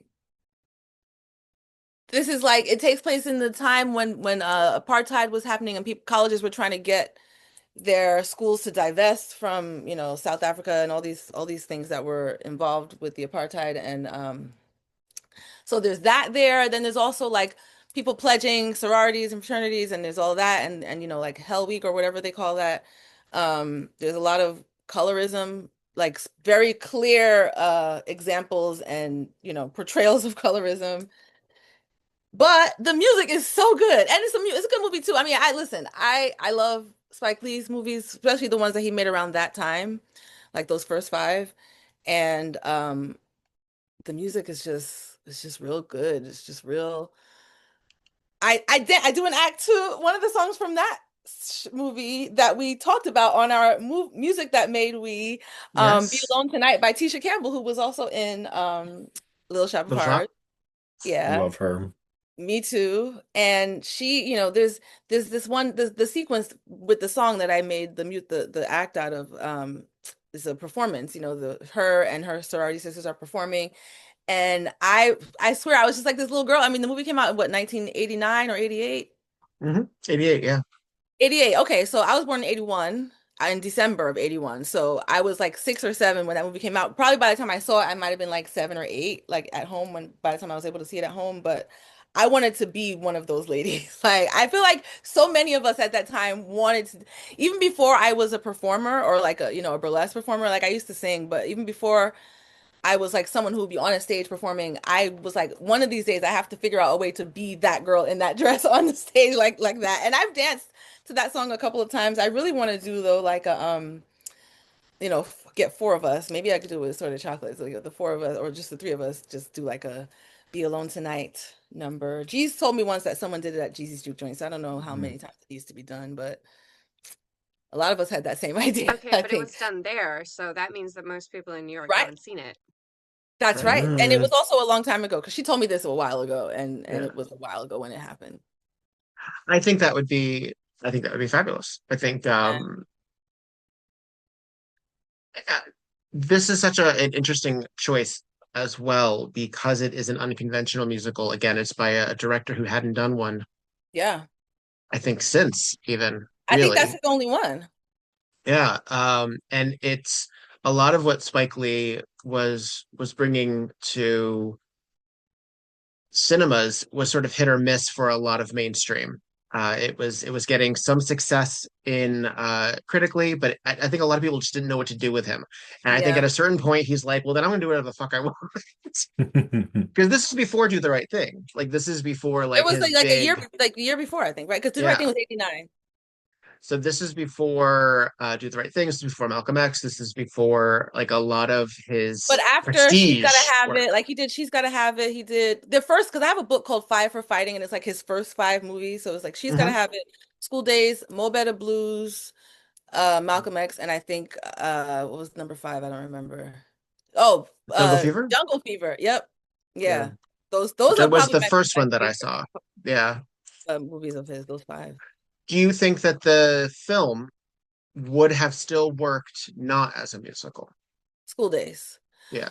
That's so hard to say because I've been watching it like this since I was a child. Well, how is the music? So, for anyone who hasn't seen it, how is the music integrated in the film? So because it's homecoming weekend, and I didn't go to college, but a lot of my experience, my knowledge about college, especially HBCUs, came from School Daze, and it came from A Different World, like the ones that showed the black college and the college. Also starring Jasmine Guy. Jasmine Guy was telling you all about school. That's right. Yep. And also, what's her name? Ruth Carter did the costuming for this movie. Is one of her early ones. But anyway, so what did you say? Describe the music. It's a lot of how is it go-go utilized? music because it takes place in DC. Oh no, in it's the South. But there's like a big party Atlanta. where doing the butt is the big song from the party scene. It's like because that's what I was gonna say. Because it's homecoming weekend, my homecoming knowledge is from HBCUs because I had my friends with their older sisters. We used to go visit them during homecoming weekend. So I don't know a lot about PWI homecomings, but HBCU homecomings I know. And it's just a lot of musical performances. Like they have a lot of times they'll bring in acts to perform, but also the students, the sororities and the fraternities, they're performing. But also there's some of it that's like, it feels kind of surreal, like the scene. Have you seen it, Victor? Or have you A long time ago, but yes, I have. There's a scene where they're all trying. So like because I remember I talked about the colorism before. There are the sororities. There's like the light-skinned girls who have like looser hair patterns, and Tisha Campbell and Jasmine Guy and like a couple of others, but those are like the famous ones who are in that sorority, the Gamma Rays, and the Gammas are their male counterparts, which what's his name? Is it Fishburne? Lawrence Fishburne. No, not him. The one who was Walt from Breaking Bad. Oh, Giancarlo Esposito. Yes. Him. Spike Lee stuff. Yeah, and this was the first time I saw him was in this movie. He was Big Brother Almighty, and he was Tisha Campbell's boyfriend. He was the head of that fraternity. But they're like the light-skinned pretty ones, right? And then there's the dark-skinned ones on the other side. So that Lawrence Fishburne is one of the they're if you know anything about black sororities and fraternities, they're probably like the alphas, the men, and the AKAs. Well, not really, because that doesn't. Never mind. You can cut that part out. Let me not give away culture secrets. Anyway, But so those were the light skinned ones, and then Lawrence Fishburne, and like the men weren't necessarily dark and light, but the women, it was very clear the light skinned ones were like the pretty ones, and then dark skinned ones with The like gamma natural rays, they hair, were called, the gamma yes. rays, and then the darker skinned ones. I don't remember what their fraternity was called, but the light skinned ones were calling them jigaboos. Like that was like Uh, what they the were called fellas, by what was it? the fellas. No, I'm talking about the women, Oh, the the women. dark skinned women. And so there's this hair salon sequence where both sets of women are running to this hair salon to get their hair done, but then they're talking shit to each other about the hair, like, oh, you trying to look white, that's why you look like that, and oh, I saw you in the zoo last night, that's why you look like that, like, just really it's very heavy, like on the colorism, really, really heavy, and anti-blackness, obviously, which is like really what colorism is. But that scene is like probably the most like musical feeling scene I think in the movie, and it doesn't even feel like it's really happening because it's not like a performance, it's just them in the salon now in these outfits and dancing and singing. It feels very musically, more so than the rest of the movie. The rest of the movie, I think the music is kind of just part of the scene because someone's performing or there's a party happening, but this is like a big like dance and singing sequence that feels the most musical. But other than that, I think it's just a movie with really good music. I guess it could have worked without the music, but I don't think I would have enjoyed it as much. The music is a big part of why I enjoy that movie. Well, I mean, Spike Lee is, I don't know if he quite gets the same amount of credit as someone like Quentin Tarantino does, but he's a director who's very involved in what music is used in his films and how Yeah, it we is talked about used. this on our episode of the music that made because we talked about the song from School Daze. Yeah. Yeah. So I think that it's very purposeful. And I think a purposeful musical, I think we see this every now and then in a way that a musical film is marketed, is that they don't want to tell you necessarily, the audience, that it's a musical. And so they sort of hide that element. And for example, I don't think this is on anybody's list, but for example, the film Rent, I feel was an insecure musical. I don't think that the film Christopher was, Columbus was secure in making a musical film of Rent. I don't think he felt it was he was confident with it. To that degree, I don't know if Tim Burton was fully confident making a musical film out of Sweeney Todd. I think he wanted to make Sweeney Todd and just said, well, there's a musical of it too. I like some of those songs. I think a lot of people don't realize that making a musical means you're making a different medium of art. It's not just you make you make a movie and then there's music numbers. Right. The music has to be integral to the creation of the movie in order for, I think, for it to be a true musical, even if it's not like very musical. Even if it's a performance piece, it's commenting on what's going on. Yeah. So even in something like I think this is on somebody's list, but I'll say it, Chicago, all of those are fantasy sequences or literal performances. They are comments on what is going on in the film. So it's still necessary to the narrative. It's still script, basically. Yeah. So well, even something like, I mean, this is debatable, but something like Pitch Perfect, which is filled with music. Is it a musical? It's necessary. I've never seen it. I think it's more of a plot device, really. Yeah. It's kind of a, or but something that's the one like that came out like around the Act, time right? that he came out, right? Because it was like all those show choirs, like then that was the thing that people were making. So is that what it's about? Is it similar to Glee? Like just trying to get to the next? Not Glee. It's probably closer to like what it is. West Side Story, actually. It's about, or similar to Breakin'. It's basically that. Okay. I get that reference. That reference again. Pitch Perfect is basically Breakin', yeah. Breaking 1 or Breaking 2, Electric Boogaloo? Well, I only know Electric Boogaloo personally. I've only ever seen the second one, but that's the one that was on Pix 11 all the time, so that's why I know it. Well, excellent. I mean, so far of the three that you've mentioned so far, obviously very rooted, so to speak, in the Black experience and the lived experience. Do you find them to be authentic representations or fanciful metaphors for your lived experience, or what you would say is how is these very Black films representation, not just in the culture, but accessible as statements about the culture? Does that make sense? Maybe I'm not sure I understand it though. Yeah, I think what I'm trying to say is, what do you think that these types of films that are rooted in Black culture Uh-huh. are saying about Black culture to each other and potentially to audiences who aren't Aren't there, black. Who aren't if at black or all? Are they even saying it to? Are they even? Do you think that they're well, so maybe like that in mind? I know that The Wiz was not made by black people, even though Quincy Jones had a lot to do with it. But it's based on something else, obviously. And you said who was Joel Schumacher, and I forgot who else you said, Sidney Lumet. Lumet. Yeah. And Polly is based on Pollyanna, but clearly that had they changed the storyline to make it fit the audience. I mean, the cast. Hmm. Um, oh, but so as far as those two, mm, it's okay. I'll just say this: as a black artist, a black creative person, my goal is never to speak to anyone other than black people. Mm. Obviously, other people are going to hear me speak and they're going to listen and they might like what I say, and that's wonderful, But who I'm talking to, like in my head, when I think about who my art is for, that's who it's for. And so I don't know that they're necessarily trying to say anything to the rest of the world. I think probably they are, because I don't think everyone feels that way. There is, Toni Morrison spoke about that, and some other people, but I don't know that Hmm. that's the universal way of thinking, or that even that there is one. But I think they definitely all say something about Black culture. Um, I mean, there are some that we haven't gotten to yet, but like Hmm. just the ones that we've spoken about. Polly is very clearly, there's a very clear segregation storyline in there. Um, but the thing about the segregation in Polly, like it didn't seem like the black people were not doing well. Mm.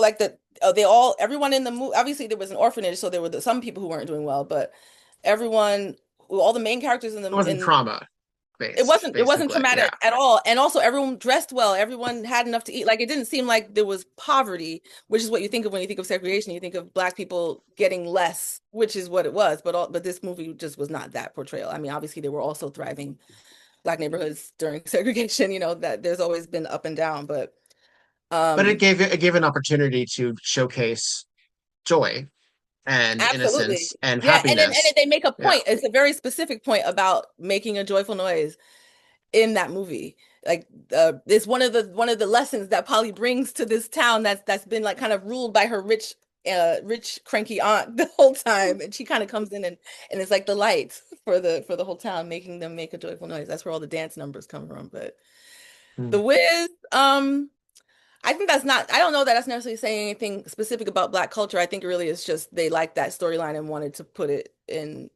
with black people, because the story about the Wiz is not even really, it's like what you need to get home is with the things that you need are already in you. Like that's like the hero's journey, what we talked about before. That's a very Mhm. standard thing. They obviously changed certain things, but the things about that movie I think that make it black, other than obviously the fact that there are black people in it, is the style of the music, the style of the dance that they're doing. Those things are what I enjoy about it, and what I enjoy about a lot of black things in general, like the style. Mm. Um, School Daze too. I mean, it's a very great, it's a good movie, but it has these serious lessons in there also about apartheid and about colorism and about, you know, how certain black people might feel about black people who go to college in their town, but you're like a townie who's like poor and didn't really get to go to school, but you have these like privileged black people coming into your town now, going to the local HBCU. So there's a lot of that in there. I don't know that Spike Lee is also trying to talk to white people about black culture, but I know he always, all his movies, he likes to talk about black culture specifically. But I think that, people write what they know about. Mhm. Spike Lee's black. Writes about black things. Well, it's interesting because we're going to get to your one of your upcoming ones, and that Uh-huh. is a black storyline written by white people. And I'm very curious about breaking it Yeah. down with you. Yeah. That's gonna be my last one, because that's the most recent one. Petra Fried, why don't we talk about your next one? Oh, I've already done three. So, Have you done three? Oh, then Maggie, yep, because let's I move had on to you. two doubles. Oh, okay. Yeah. I'm changing. I know I gave you a list, but I'm changing because I've been thinking of more things. I want to talk about the Prince of Egypt. Damn it! Wait, was that one of yours? Oh, Yes. God damn it! Yes. Scratch Yes. You that. changed Scratch, to one of scratch And that. Victor talked about my other one already too. So Scratch that. Scratch Shit. that. Scratch Which one did I I can just mention? talk Oh, the rest of the point time, Chicago. guys. I I just never mentioned said- Chicago for just 1 second. I didn't talk about Chicago. You I said just I used don't it know as if an it's on example. anyone's list. You did No, mention no, that I it said might or it was might not literally, be. my whole list is duplicated. Okay, I want to talk about something else. And if this is on your list, I'm just going to put my entire foot in my mouth. No, not at all. Talk about it. No, because we're going to talk about it with you. What about The Wicker Man? Do you consider The Wicker Man a musical? Yes. Let's I don't break know it what down. Wicker Man. I've never heard of Wicker Man. Okay. Who's that? You have heard of it. The ending is talked about a lot. Okay. So, Rain, the plot of The Wicker Man is that a police officer from like mainland England comes to this secluded island because there's a missing girl. Like there's this missing like Okay. young girl. Okay. And he is very, very, very, very straight-laced Christian police officer. And this is a pagan commune situation all run by Christopher Lee. Like there are people dancing naked. They're preparing for this big like summer harvest festival. Yeah, summer harvest festival. And he's trying to find out what happened to this girl, and everyone's like, we don't know her. Like, we've never seen her. We don't know what you're talking about. And in the end, finds out this girl was a ruse. She's been fine the whole time. But the end of their harvest festival is that they make a human sacrifice to their god. So they build a giant man out of wicker, and they fill it with... that's the Wicker Man. That's the Wicker They build Man. a man out of wicker.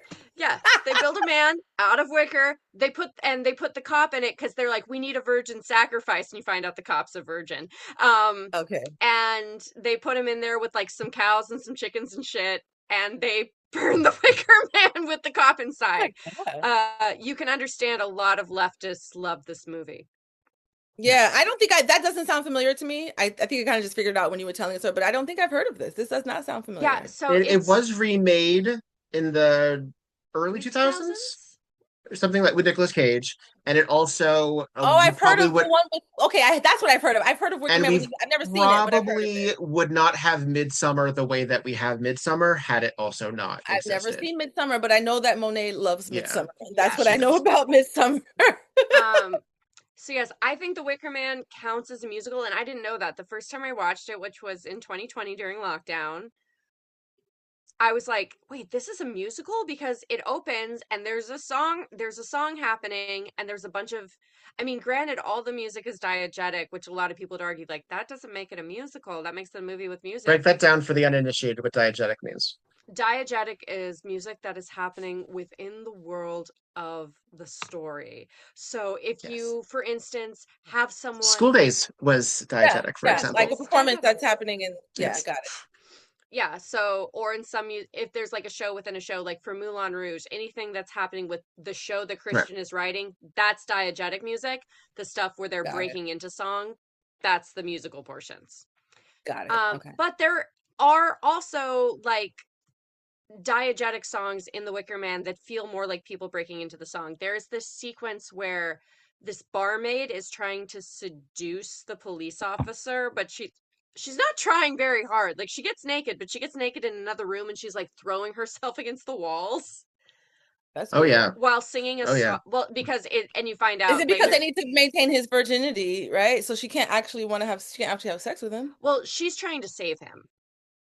Oh. But she can't just say... She's just having a horny moment. She's having a horny moment. She could have had sex with him. That would have saved him, right? Yeah, she can't just say like, hey, dude, they want to skin you because you've never fucked, so you should fuck me. He'd probably be like, no, devil woman, I shall not. I'm keeping my virtue. Yeah, but like there's a lot of folk dancing and songs about fertility. There's like a mummers parade. It is a lot of fun, and it's ridiculous. And then Christopher Lee is there, and this is like 1970s Christopher Lee, so he is hot. He's just wandering around in a kilt with his deep voice, and he gets to play piano and he gets to sing, which, again, no shade to Alan Rickman. Tim Burton worked with Christopher Lee on multiple occasions. Why the fuck wasn't he in the Sweeney Todd movie? I'll never Oh, I let just this looked up go. Christopher Lee. He is handsome. I can see how I can see. Yeah, Yeah, especially back in the. he's also Yeah. a musician. He put out several metal albums in like his 70s. Oh, wow. Yeah, so he's also like a talented musician, and they sing a song at the end. Like they're singing while they're burning the Wicker Man, and then he's also singing a traditional Christian song um while he's burning, and then the credits roll. I think it's fun. I think it counts as a musical and as a surprise musical.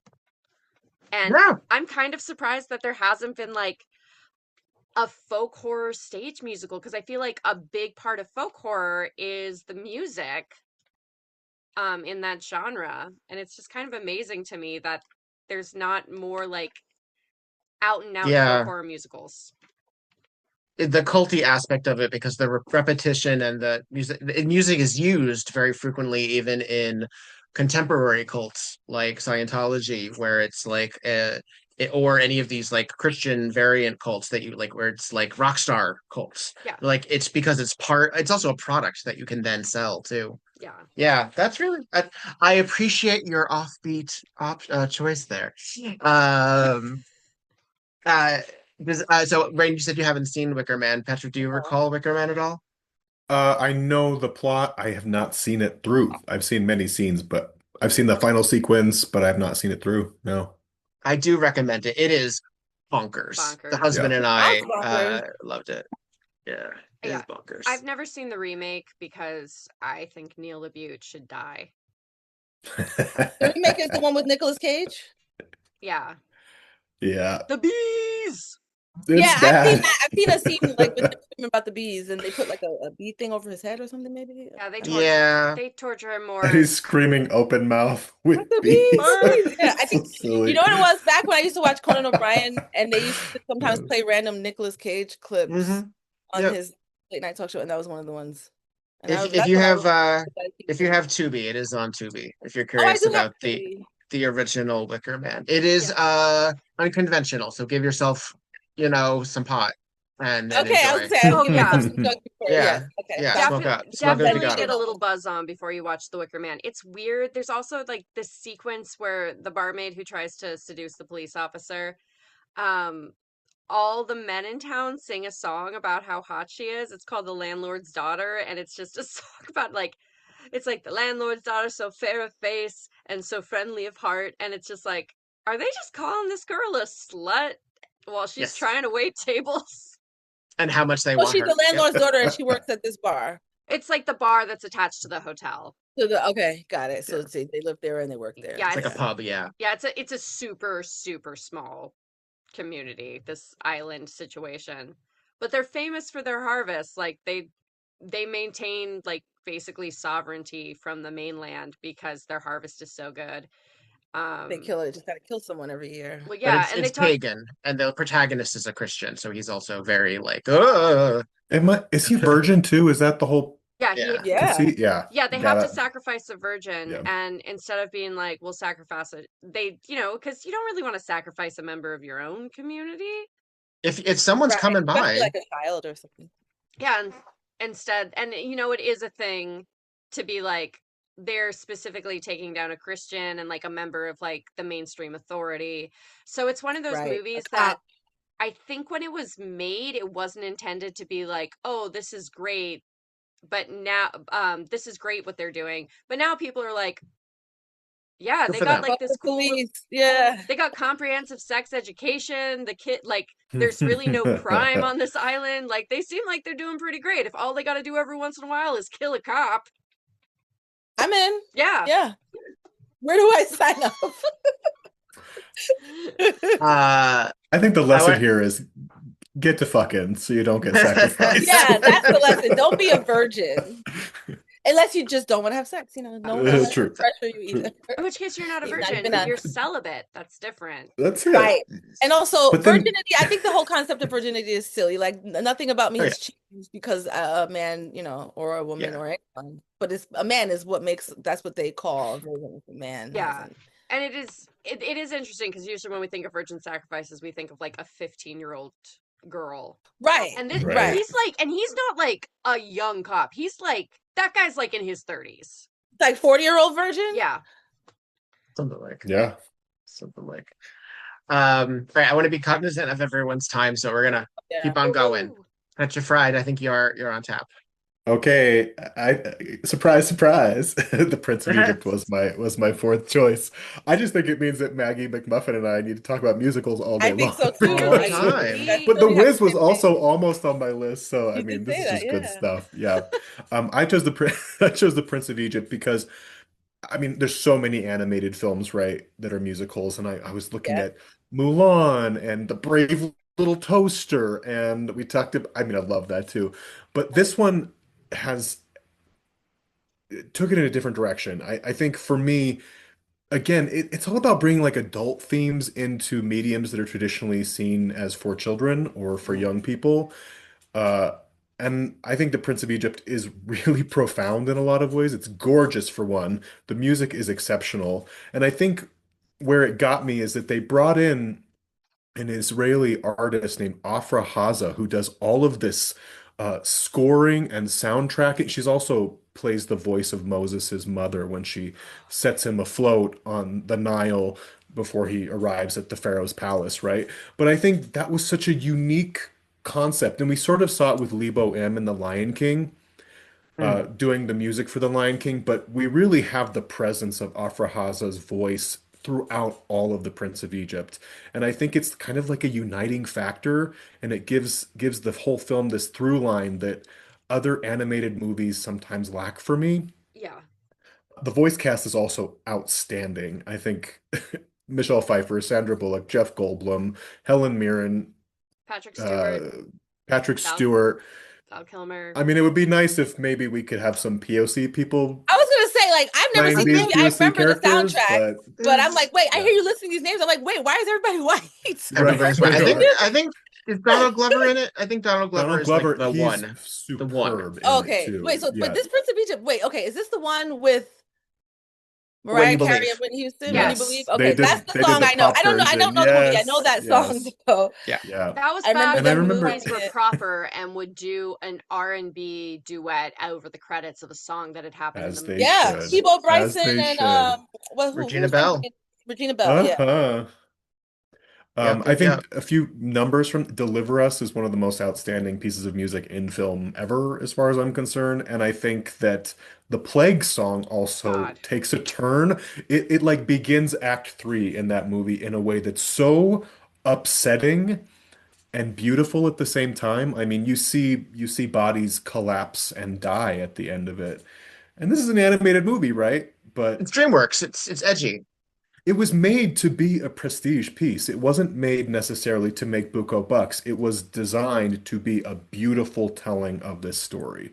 And I Mm. think there's integrity in it that I think is really admirable. And maybe that's another reason why I always keyed into it. But I think it's just stunningly beautiful. I know they put it on stage. I'm not sure if it was super successful because unfortunately, But the animated medium lets it be huge and stage Mm. will not let it be that. it So, They'd have to yeah, also I'm go Lion curious. King. They'd have to go Lion King probably with it Exactly. and accept certain limitations. I mean, obviously it's human Yeah. cast, not animal cast, but they'd When how do have you to represent an millions of slaves, of Hebrew go slaves? How do you gobos. I don't represent that know. on stage? It's I don't it's know. it's next to yeah. Yeah. I mean, impossible. there So was I think also it's the issue, special. like I think it was supposed to like initially come out during like the 2020 season. Oh, And so it got like Well, that was already doomed to fail. yeah. Um Yeah. but no, Prince of Egypt. It is so gorgeous. And I mhm. think a lot of people forget that for millennials, there was this period of time where a lot of we had a lot of Jewish Jewish biblical texts show up in media in the 90s, and especially stuff that was marketed towards kids. Like the Rugrats had two they had the Mhm. I Hanukkah remember and the that from Passover Rugrats. Yeah. specials.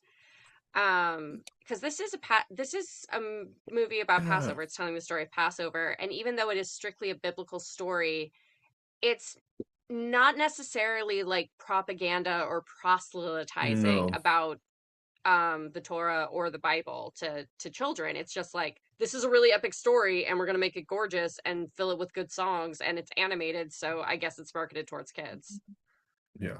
it feels like it could be a fairy tale. Like Yeah. if you didn't know the Bible, the text of the Bible, or the Torah, or any of those things, and someone said, "Watch this movie," you'd say, "Wow, what a fantastical, epic fairy tale of a movie." It sort of lifts itself out from being political in a weird way, Yeah. right? Even though there are heavy themes, and I read Yeah.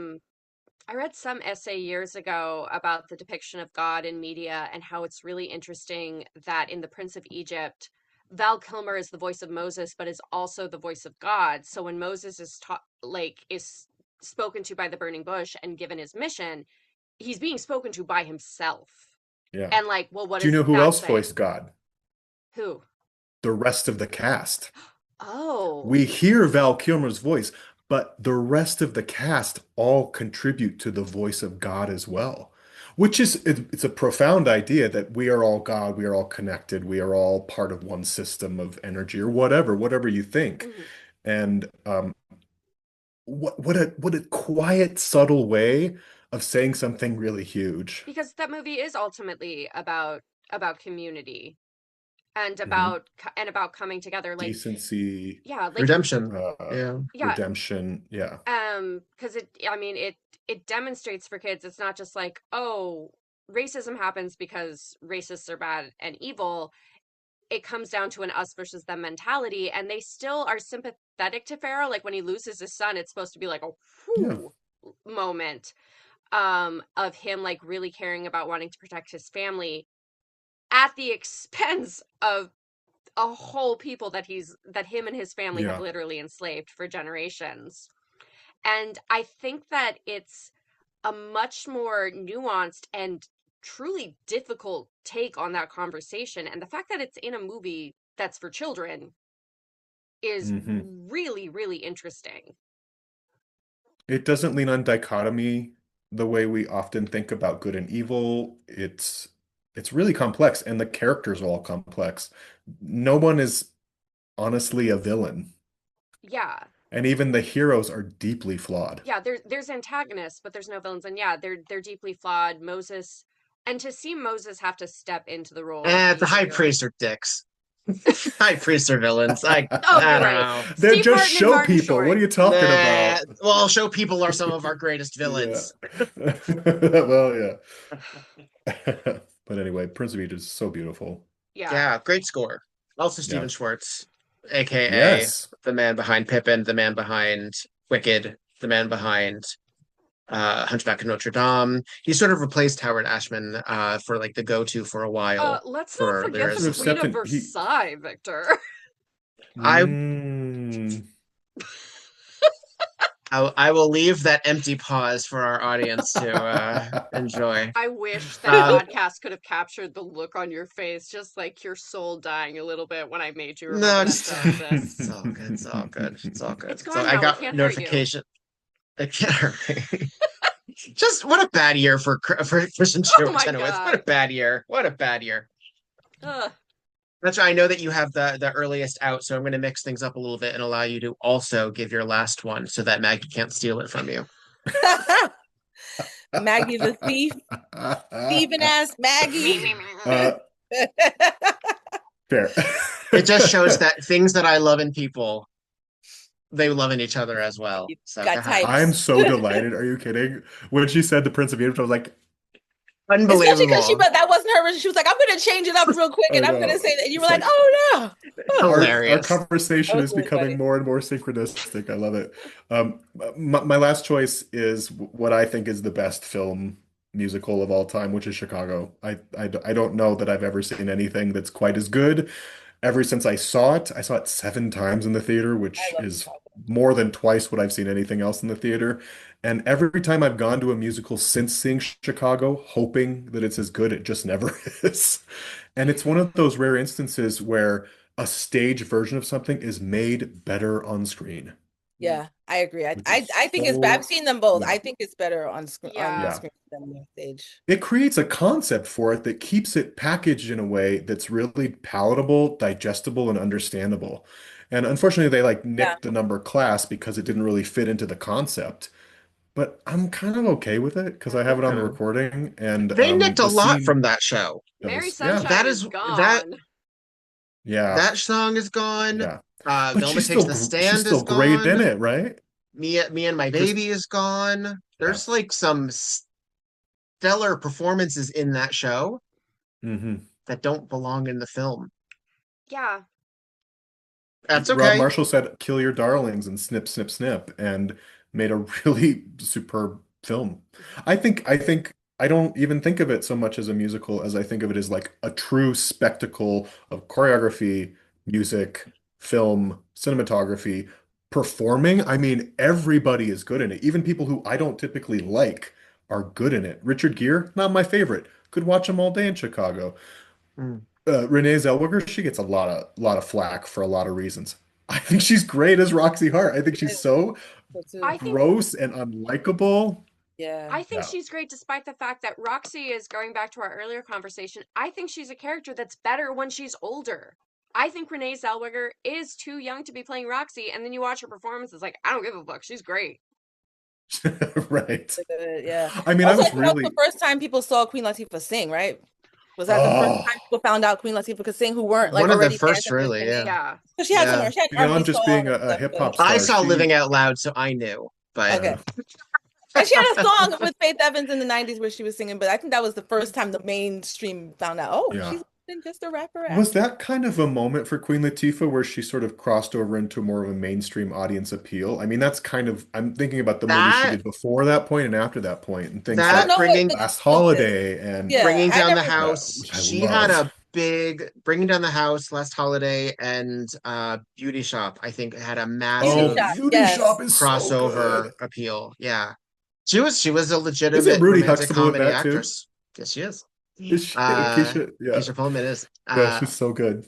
Yeah. Um, can we all agree that Cell Block Tango was one of the most impressively filmed I sequences love in a it. musical ever?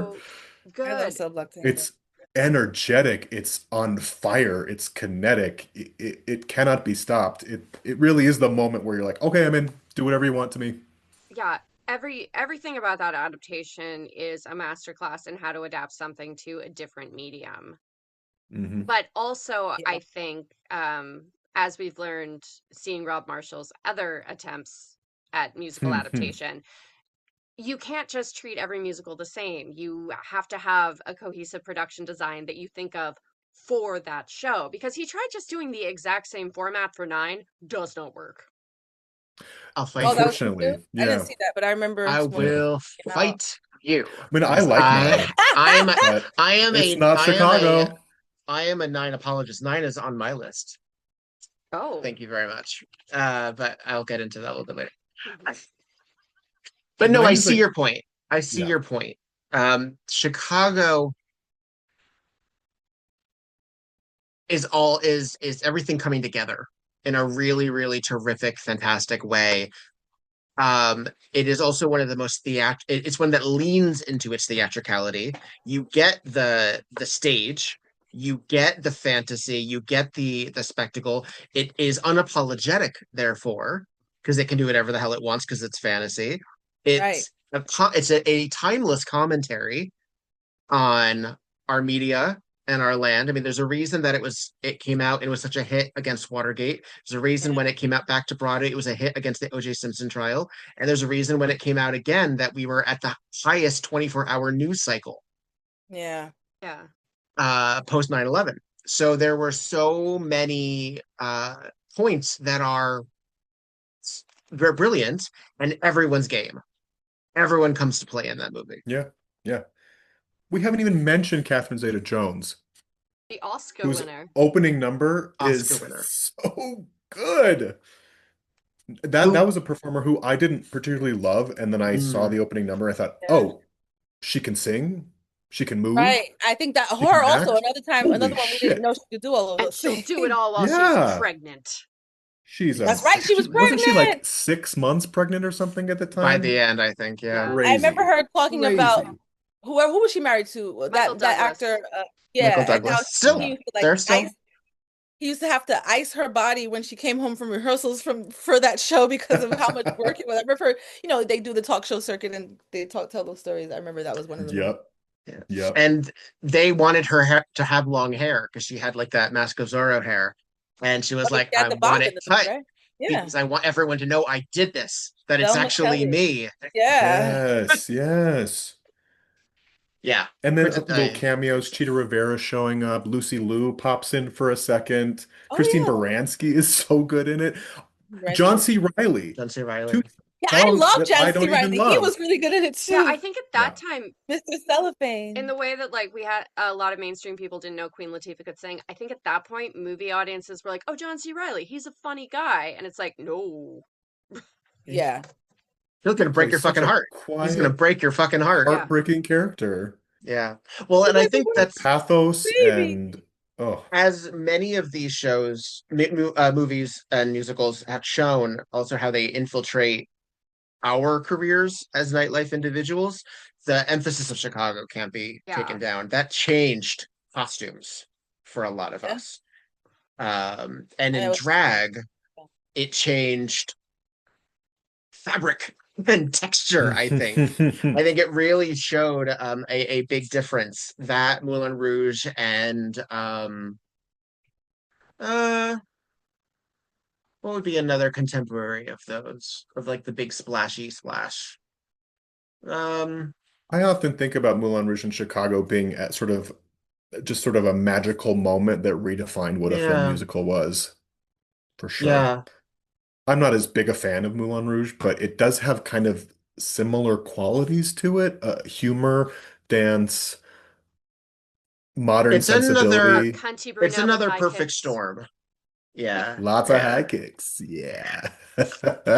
Character shoes. Oh, it's true. If you have to run away, Petra, I I understand, but I'll do. hold I'm on so to you. sorry. I love this Uh, conversation so much. fun. It's so much fun. we will have Yeah. it. We have two more to go through, and then I'm gonna add mine. So or add one of mine Okay. because I'm doing one per episode. So all right. Mwah, Petra, Okay. if you have to head out, Goodbye. I will. It was so great to talk to you, Rain Bye. and Maggie. Obviously, we need to do Nice Bye. movie talking to you nights. also. I guess so. Definitely. Yeah. We'll have Rain watch Sweeney So, Todd. Yeah. Or we'll all watch Willy Wonka or Charlie That Brown. too. Both of them you said we need drugs for. Oh no, Wicker Man. Wicker Man. we could And probably do drugs for Willy Wouldn't Wonka if you hurt. wanted Wouldn't hurt to. across the board. They were all doing drugs. You can't I mean, tell I them who like they weed. did I that can do sober. weed when I'm watching Yeah. ER or The Pit, whatever. It doesn't matter what I probably. Goodbye, my dears. Then. Bye. Have a good Bye. night.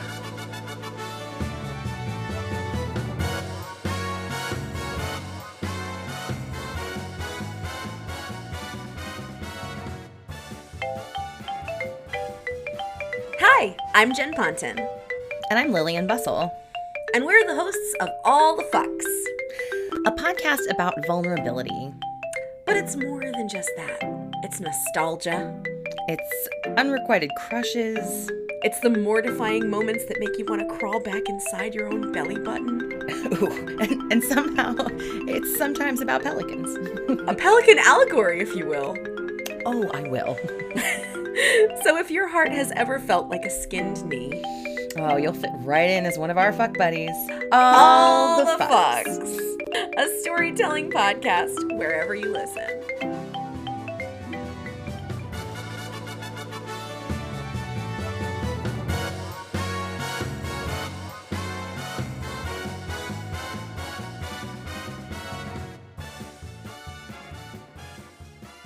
Rain, why don't you tell us your last one? Well, no, I Or have no, two more. two more. You have two more. Yeah. Okay, so let me move this because now I can't see Maggie's face. I have my little chat open so I can see the list of my songs. The next one is the 5 Heartbeats. Now, you said you've never heard of that. Have you heard of this before, Maggie? I learned about it from Qualms Galore. Have you seen it? I have not. I just saw Okay. the act that she did to one of the songs for Last Chance did last year we did a show that we called Real Life Fakes, where we only performed to songs by fictional bands, and a big thing we talked about was like, okay, it can't be from a musical, it has to actually be Wait, what did fake she? What band. song? What song? That's what I need to know. What song did she do? Fuck. I can't remember the name of it. I'll ask her. I'll ask Yeah. her. But oh my God. Because okay, so do you not consider this to be a musical? I guess if you haven't seen it, you really wouldn't know. But do you know? So okay, Five Heartbeats. Now, so this is, I guess, Wikipedia calls it a musical drama. I think that's fair enough. listen, as far as I'm concerned, everything on my list is a musical. That's why it's there. And I've had this list since we first started talking about us doing this. Has people It's just singing like in about character. Yeah. a fictional like band, kind of like a group like the Temptations or something like that, but they're called the Five Heartbeats. And it's Robert Townsend, who is a gift to the world. I love Robert Townsend. Like everything he does is just, he's like one of my favorite people, like famous people that I know about. I kind of wish he was related to me, but he is. It's okay. Robert Townsend is the writer. I think you said he co-wrote it with Keenen Ivory Wayans, right? Did you look that up before? Yes. And he's also the star, him and Leon, who you guys probably would recognize if you saw him. Leon Robinson. Yeah, but he kind of just goes by Leon. Oh, does he? Oh, sorry. Excuse me. Yeah. I know him. He was Little Richard in the biopic. Yeah, he was also David Ruffin in the Temptations. Well, there you go. Yep. But the first thing I ever saw him in was the Five Heartbeats, because this was the year after School Daze, I think. I just looked it up, or 2 years after. I looked it up to see which one I should talk about first.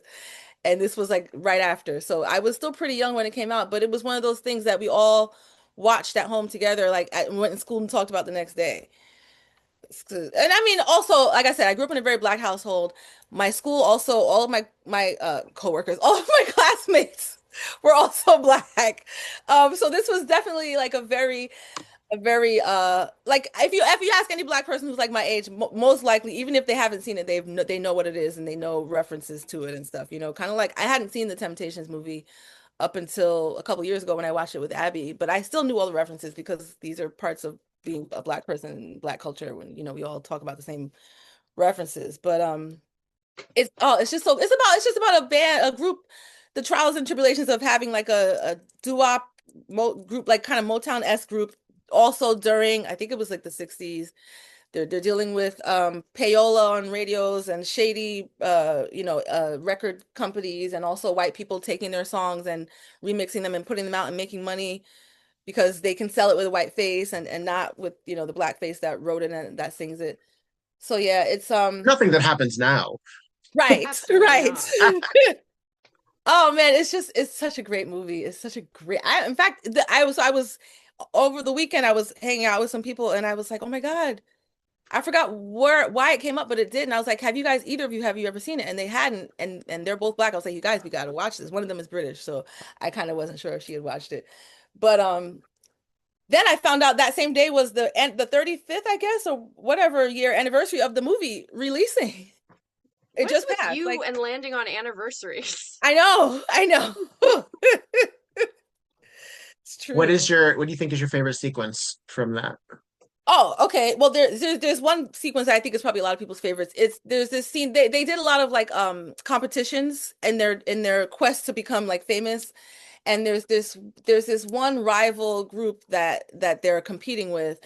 And the house piano player is playing for all the band. Oh, well, they come up with this rule at the last minute that the house piano player is the one who has to play for everyone, which is weird because he didn't play for their rival group. But all of a sudden now, this group, the Heartbeats, the piano player who's their piano player is being kicked off and told. So basically, they're trying to sabotage them.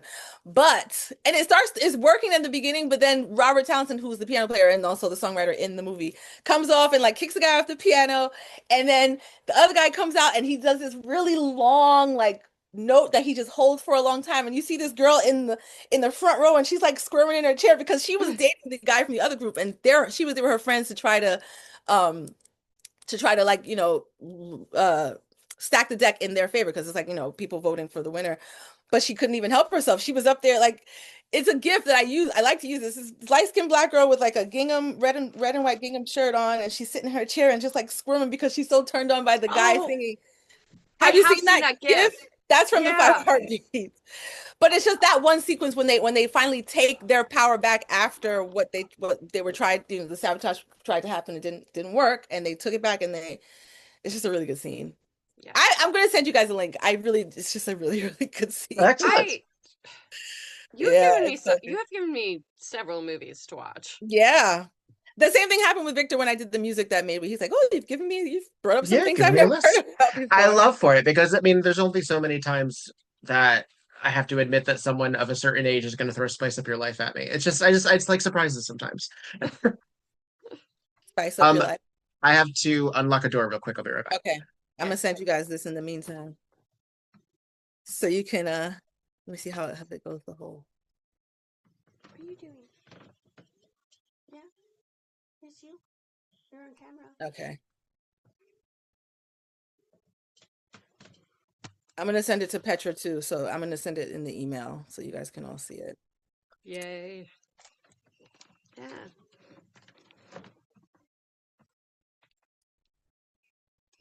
The husband's on his way home and he likes to use the side door, so I'm gonna So you unlock unlock it. it for him. That's so sweet. Yeah, it's the patio, so it leads into the common area. I live in a condo. I don't know if anybody knows that. So that's it. Condo. Well, it's an apartment complex, but it's a condo.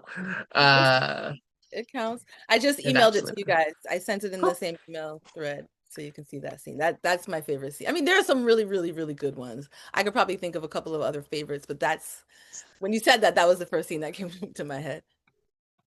Are you guys gonna watch it now? It looked like you were both just like looking at your screen and smiling. I'm like, No. oh, you I was watched pulling it? it up and then I was No, like, oh wait, we're still going. I was confirming I got it. Yes, I do. Okay. I will watch it after. Yeah, watch it later. Um, But that was just funny. You're both just like,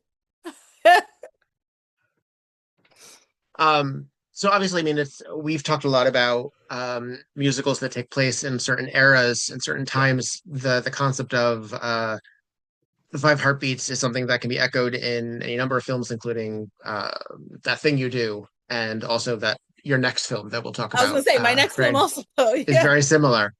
But I guess it lends itself because it automatically creates a genre in our head of the types of music that will be used Yes. as the score. Mhm. And I think that leaning into that makes a lot of sense. It's sort of a what do you call it? An organic jukebox musical in that sense, like where it makes sense in that way. And I think it also makes sense that those are the ones that I like because I like that style of music. And so these are original songs, right? Yeah. Yep. Yeah. Original songs from the Five Heartbeats. Yep. Nice. Fake bands are fun. They're when they're good. I think musician, and that was that thing that was like the song Sugar Sugar. Do. That was From the Archies. Archie, right? I know it. Yeah. Also a fictional band. Right, the Archies. But I used to watch that cartoon when I was a kid. Yeah, lots of good songs. Just like good old wholesome music for the whole family to enjoy. The mainstream family. Maggie McMuffin, what is your next selection? My next selection. She went off list, so I don't even know anymore. Yeah, she's rogue. I've gone rogue. She's breached. You got 2 more slots. You got 2 slots. I have so what's 2 your more next one? slots. Yeah. Don't you? I mean, Wait, I don't know what to say already. Hang on. We did Wicker Man. Sweeney Todd. Little Shop. Little Shop. Did you do Little Shop too? Yeah, that was their first one that they had in common. That was your first in common. And I don't think you've done anything since Wicker Man. You were gonna do You Prince had of something. Egypt, You had something to then say about Prince of Egypt. Yeah, but it you wasn't your didn't pick choice. Prince of Egypt. Okay. You stuck with Wicker Man, right? Because the Prince of Egypt, you realized, was also Right. Petra's choice. On the list you gave me, you mentioned My Fair Lady. And Rocky That's the one that I was Horror. going to bring up for my last one. Okay. Also brought up Rocky Horror, and you said maybe Phantom or Chicago. Yeah. But Phantom, I think you treated as your icebreaker question. And so you could count Chicago and have yet another one in common, or you can choose Rocky Horror or a third option or a fourth option that I don't know about. I mean, I don't know, Victor. Should we talk about the obscure queer text that is the Rocky Horror Picture Show? Do you think anyone else is going to bring that up during the series? Do you think that you think that maybe I have a moral obligation to discuss it? It is distinctly possible. It's distinctly possible. I don't know. I feel like there's no one else in queer white nightlife that's ever heard of that and had it be their personality for 1 to 7 years of their life. I have a feeling it's actually on Monet's list too, so that I we was gonna will say at it's least gotta be on have. Monet's list, It's going to be on definitely. Monet's list, yeah. And it might even be on Gwen's list too, because Gwen is a cast member too. Gwen Ruby, who is scheduled to also be. And I have a bunch of people who have not emailed me back, so we'll see how many of these sessions I even have. I was like, I'm Um, leaving town. Let me hurry up and get in this before I get the I fuck out of appreciate you. that. I know. I finally let it happen. Rain, you I weren't here know. when we mentioned this. Rain and I talked about doing this 2 years ago, and No, we're now has it just been only 2 finally. years? I feel like it was longer than We 2 probably years. talked about it. Okay, You talked not to about it bring it longer. down, but Yeah. I had Oh talked to yeah. Lucky Charming about Yeah. co-hosting this with me because he was a big musical person. And when he passed, it just didn't seem like the right time. Yeah. And then it never seemed like the right time. And now I finally am doing it. But in theory, around the time when he passed, which was the anniversary of his death just hit, it would have been in like April or May of that year. So Oh, yeah, so in his honor, actually, yeah. we are in fact doing it. Um, so if you would like to do Rocky Horror, you're absolutely welcome to. I have a feeling your perspective is going to be as valid and as different as anybody else's. It's entirely up to you. Um, Or you can talk about something else. I would like to talk about My Fair Lady. Let's talk about My Fair Lady.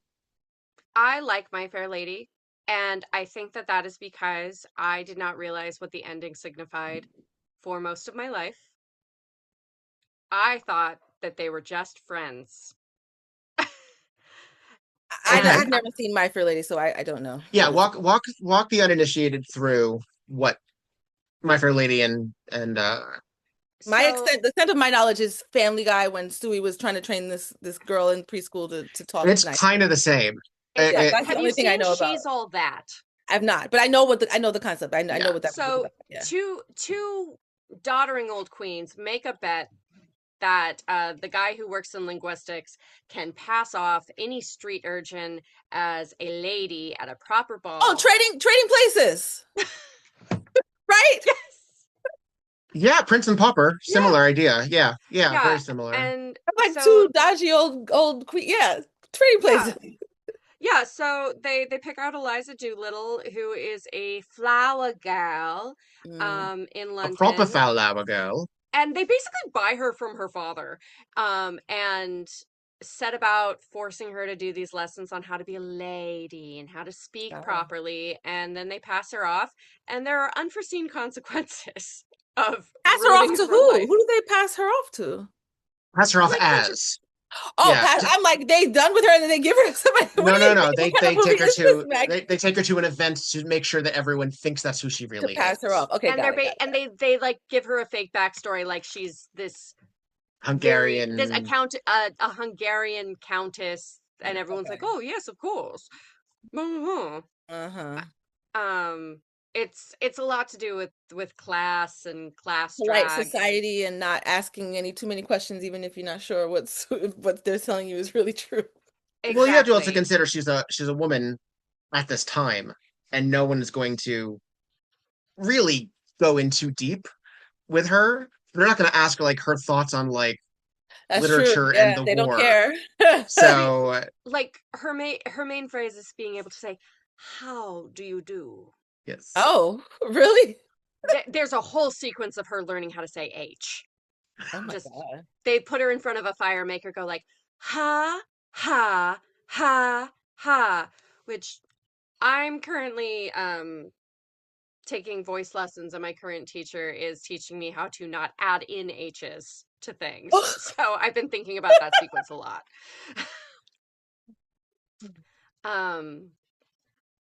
But yeah, and it's Audrey Hepburn, it's Rex Harrison. It's got some really funny numbers. It's got a lot of like proto-feminism for the time when it was written and made. And it's based off of some fancy English fucking dude wrote the It's written by George Bernard Shaw's Pygmalion. Thank you. Oh, I was gonna say fancy English Shakespeare. I know it's not Shakespeare. Yeah, George Bernard Shaw's Pygmalion, which is of course a reference to the Greek myth of Pygmalion and Galatea. Of course. So, I did not realize it's supposed to be a love story because Eliza has a very obvious romantic love interest, this guy, Freddie Einsford Hill, who just basically walks around her neighborhood hoping to catch a glimpse of her, and he sings a very beautiful but stalkerish song about it. And then I was like, oh, obviously she ends up with him at the end. Like, she moves in with, like, she does move in with him, but it's, like, very clear that they're, you know, he's like, I want to marry you now. You're so wonderful. I love how you're so frank and you speak your mind, unlike all the ladies I know. But she apparently ends up with the guy that's been training her linguistically, who's been a dick to her this entire time. And is older, right? Is like a lot older than her? He's so much older than often her. depicted as such. And in the film, yes, significantly. Damn. Yeah, because like she goes back to him at the end, and that's supposed to be like, no, she's also emotionally gone back to him, like they're gonna end up together. And I remember fighting my gay best friend in high school over this because he's like, you know, they end up together at the end. I'm like, that's ridiculous. They would never work. Because that is ridiculous. Yeah, like she swears, she's like physically aggressive. I love her. And I was uncouth. Like, yeah. I like uncouth, yeah. She's undignified, unladylike, untrainable. Like Michelle Pfeiffer in Age of Innocence. There are parallels. There are parallels. I saw that with my English class in 7th grade. We went to the movies and watched it. But yeah, the voice that Audrey Hepburn uses is basically the meme of that haunted doll going, "Oh, I missed it. You my dad." Oh, I have heard that before. Yeah. Yes, that's how she talks, the Cockney accent. Okay. Yeah, I think that's how the little girl on Family Guy spoke. I'm covered in dirt, don't you know? I never pass myself off as a proper lady. There are very few fans of musical theater as devout as Seth MacFarlane. I was going to say, he's very clearly a musical He knows his shit. He talks about it, too. Yeah. I don't understand why Seth MacFarlane hasn't done a vanity project live musical adaptation. Fox is still paying him. I think feel like all of his once that ends, he does have a songbook album. That's right, he does, and he also has. He's a nice voice. He has a music career where he sings songs from like the Great American Songbook. Yeah. He has like 5 albums out, and he specifically does like records it on whatever technology was used at the time to do the original recordings. He's a huge fucking nerd. And I'm like, huge nerd. There is a universe that I get to be in charge of where I fully believe Zack Snyder would kill at directing an old school musical. And I think that him and Seth MacFarlane should do a like semi-gritty reboot of Guys and Dolls. Not Guys and Dolls, Kiss Me Kate. I'm into that too. I'm even more into that one, actually. Kiss Me Kate is one of my favorite shows. Kiss Me Kate. It makes so much sense why that My Fair Lady thing with Stewie and also the Wiz that we talked about earlier with the white people who turn into black people when the cops leave. Stewie's voice is based on Seth MacFarlane imitating Rex Harrison, who's the lead character in My Fair Lady, the male protagonist. Oh, okay. Who's Rex Harrison? It's kind of exactly the same thing for him. Yeah. Okay. He's even done one of the primary songs from that show as Stewie. I've grown accustomed to her face. Oh, okay. Yes, I remember that episode. Yes.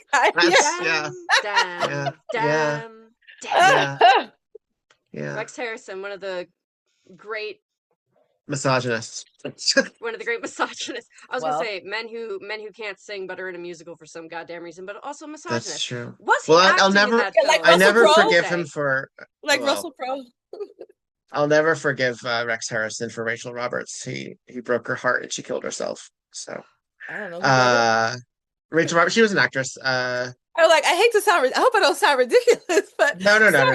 No, she was not exactly A-list, but she. Yeah. Said that about who was it? Wait, the man who was the vice president, Dick Cheney. It was a picture of Dick Cheney, and she was like, "I don't know." Oh, I don't know this man. Sorry, but I don't sound ridiculous. She goes, "He could be walking by me in the street. I wouldn't know it." So yeah. So, what is your opinion on the feminist thrust of My Fair Lady? Not counting the open ending. They don't walk off arm in arm, and they don't get married, and they don't have. So you consider it an open ending? I do.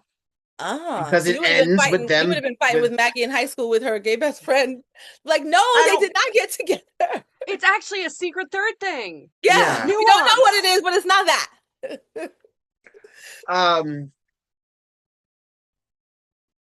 Partially because she comes back after his I don't know, his 11 o'clock number where he figures out how he really feels about her. Um, I don't know. And also I believe him to be a gay man, so I don't think it actually matters. Yeah. You did start the movie by saying two dodgy old queens, but I guess that's never going to be explicit in that time when that movie was made. Yeah. It's like a joke that it's like these two confirmed bachelors who are living together in the center of London, and they're just like, oh, wouldn't it be lovely if we picked up like this young waifish urchin and just like adopted her into our home and dressed made her our like doll. Yeah, right. Yeah, that doesn't sound like anything a straight person would say. It sounds like something it's desexualized gay. Yes, too, because it's not about attraction or activity. It's merely fun. It's merely pansy. Mm-hmm. Yeah, it's just and it's very like, this is some cis white gay bullshit. Well, like I don't remember Shaw. I mean, I know not Lerner. The fuck wrote this show? Lowe.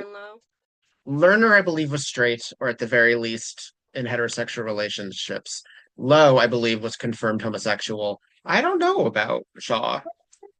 It could go either way for me. Yeah, I'm sure he could too. I just mean the headcanoning of their antics. Certainly. Yeah, but again, but also the misogyny in homosexuality is still there. We do this with divas all the time, and so I feel that I've definitely had it done to me. Well, in the days when I used to go to Pride every year. Well, and encounter people who I didn't really know who would. Yeah, definitely. Yeah. Well, I mean, white gay culture fascinated with black culture. White woman culture is already a black woman culture is already. And when you go to Pride, which is everyone is there. So I feel actually any day now we could get a My Fair Lady where it is a bunch of cis gay guys making up a she's all that situation for me. Honestly, I think that not me, but someone could direct a production where the men are still white but Eliza is black. I think it's a commentary that could be accomplished. I'm not that person to tell that story. Nope. So yes. So how do you feel about the storyline of where My Fair Lady falls in that regard? I think to have them fall in love is dumb and it is stupid and it doesn't make sense. Maybe there's a production where it makes sense because those two actors and the way they played the characters had a specific chemistry, but I haven't seen every production. That would be impossible and a waste of my time. But I think that in the movie, and also as I have read the book and score of the stage show, I don't think that is my interpretation. That said, an ex-partner of mine did explain to me once how My Fair Lady is, from a kink perspective, a fantastic depiction of not a brat getting tamed, but a brat awakening something in a dom who realizes that sometimes he can be slightly switchy to a brat as opposed to just being a strict dom. And I was like, see, this is more fascinating to me. Because Eliza Doolittle is a brat, not just in the kinky sense of the term. Like, she's a brat. She's a bratty woman. Yeah. Wow. Yeah. And so having, like, that is part of that, even if you do go with, like, oh, they end up together, he does kind of, like, be like, man, I do like having a woman who isn't just a doormat. Like, it kind of gets me going. So. Yeah.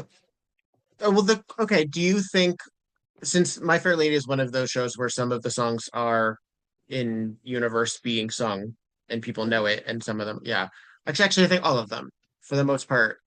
Is there a fantasy? I mean, I guess you could argue I Could Have Danced All Night is in her head, but and Just You Wait, certainly parts of it are in her head. Yeah. Do you think she hears Rex's monologue, Henry's monologue at the end there? Do you think she's present for that? Because we don't see her until after he's done. I don't think she is, which is Okay. part of why it doesn't click for me why she would suddenly go back after telling him, "You'll never see me again." It does sort of take the punch out, doesn't it? Yeah. So, I mean, like, maybe if on a stage production they showed her, like, coming in from the wings at the end being like, "Oh, I had no idea he felt this way." Mm. That I think that could add something, or at least open the door to it ending with like, okay, let's you and I have a real conversation instead of like putting on our big blustery masks where we always have to be the biggest stick in the room, and like let's Yeah. actually try to be equals together and see what a relationship could look like. That would be interesting to me. Yeah, I think it'd be interesting if instead of Eliza coming back, suddenly Freddy's at his door.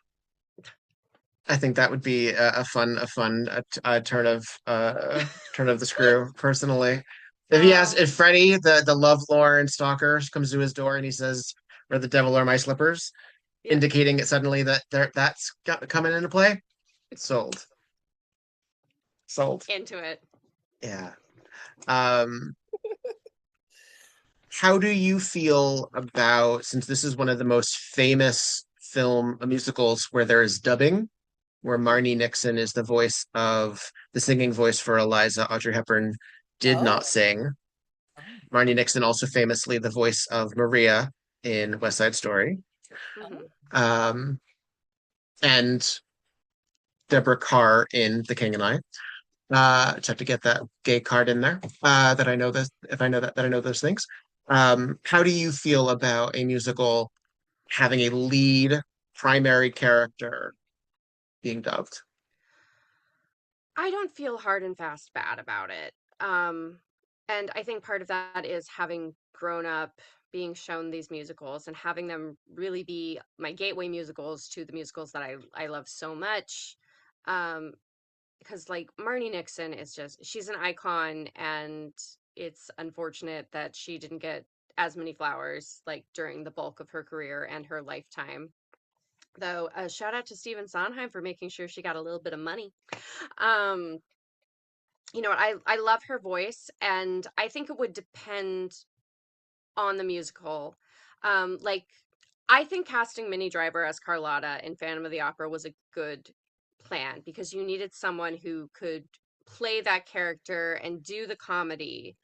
Um, but Minnie Driver said in an interview, she's just like, it would have been foolish of me to think that I could sing that style of music being an untrained singer, because it wasn't just, oh, I'm going to sing very difficult musical theater work. It's like, no, this is like legit operatic And she can training. Like capably sing, but she is she not. can capably sing, She's but not she's a not. Um, prima donna. yeah. Um, I think that if you are going to have dubbing, if it's a really fantastical musical, I think it could be really interesting um to play with dubbing, but it has to be known. It can't be a thing where it can't be like Black Swan where it's like, well, Natalie Portman did 90% of her ballet, and it's like, no, she fucking didn't. You don't learn how to be a prima ballerina in 3 fucking months. That just doesn't happen. You break her And ankles. then That they said, oh my God. yeah. That's Um, ridiculous. and I think a bigger concern is that opens up to, okay, well, awards season.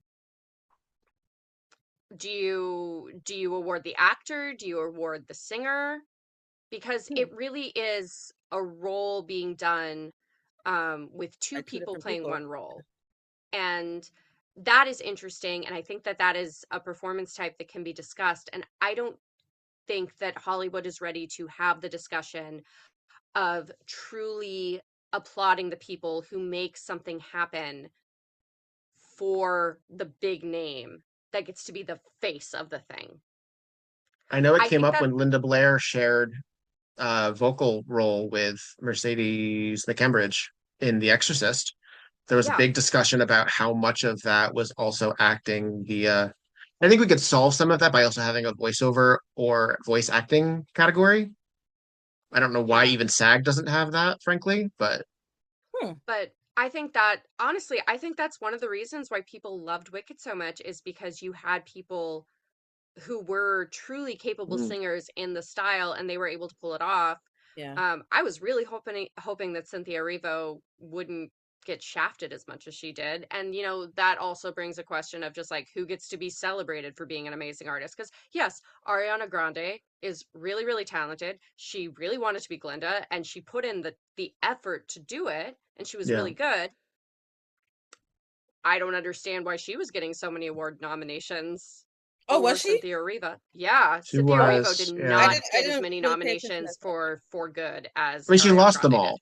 She lost them all Ariana lost. because Amelia Perez was out, and for some reason, people like that musical. But Yeah, That's very strange. I I didn't think see it, but it's all very strange. in not even 10 years, I think in 5 years, people are going to think that Cynthia Erivo won the Oscar over Amelia, like won yeah, something over Amelia Perez. And it's going to be yeah, like, actually, no. Remember when it's Green Book surprising. won the Oscar? Right, or Crash.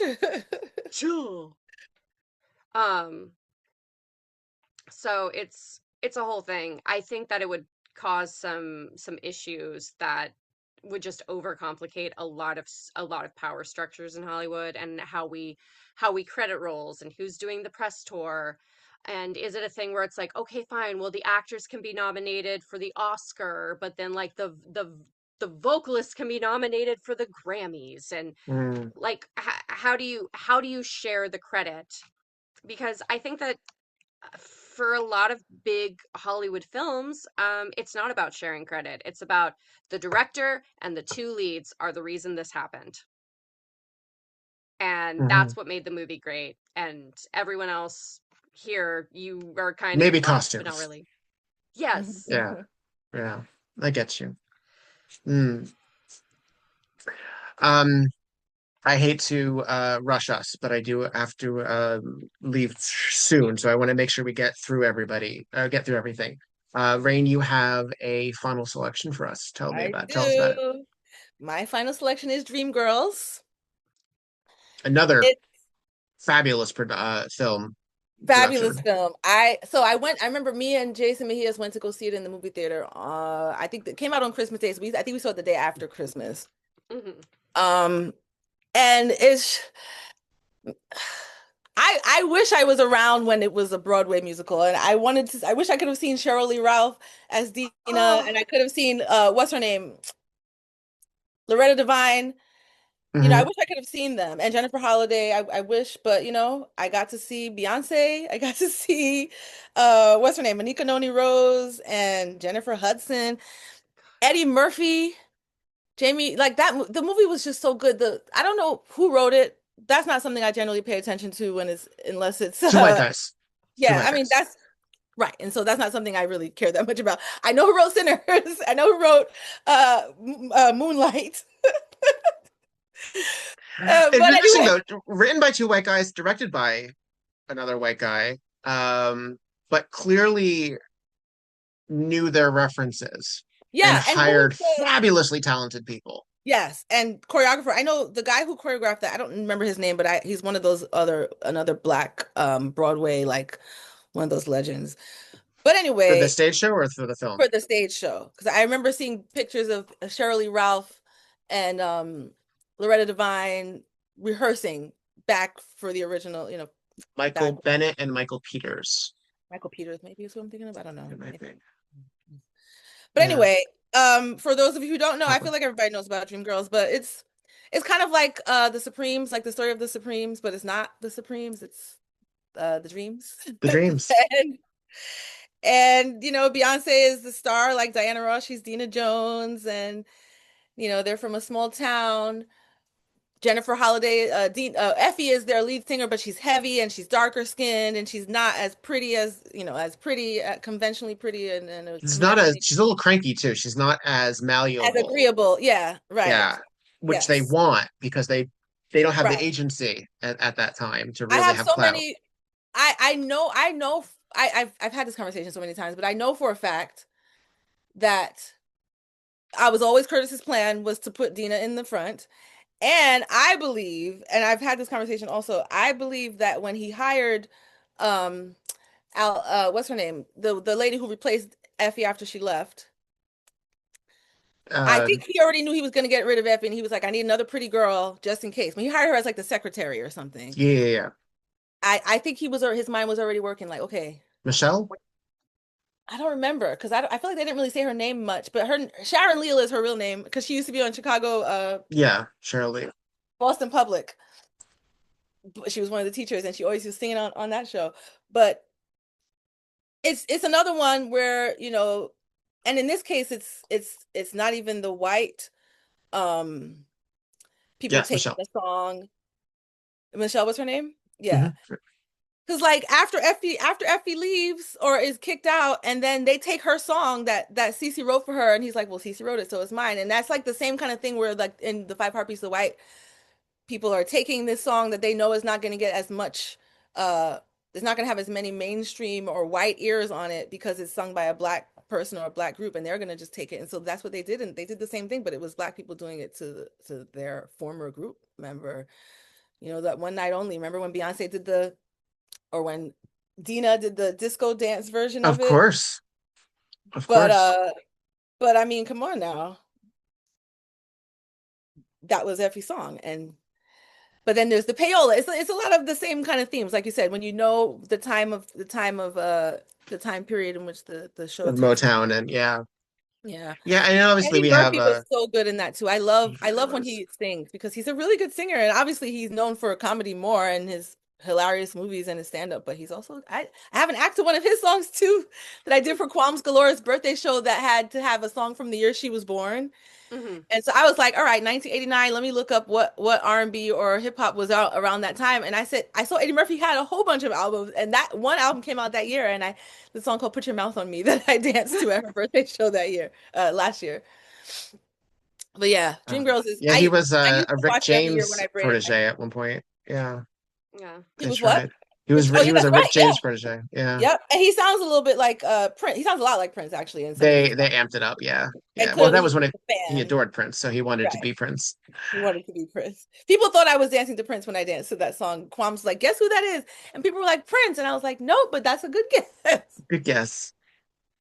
But yeah, I love Uh, when 2020 when we were in quarantine, I braided my own hair that year. You know, I get braids usually in the summer, but that year I couldn't get my friend to braid them for me, so I did it myself for the first time. And I watched Dreamgirls, and then I watched a bunch of other things. But Dreamgirls since then has been like whenever I braid my hair, I watch Dreamgirls because it's a movie I can watch over and over again.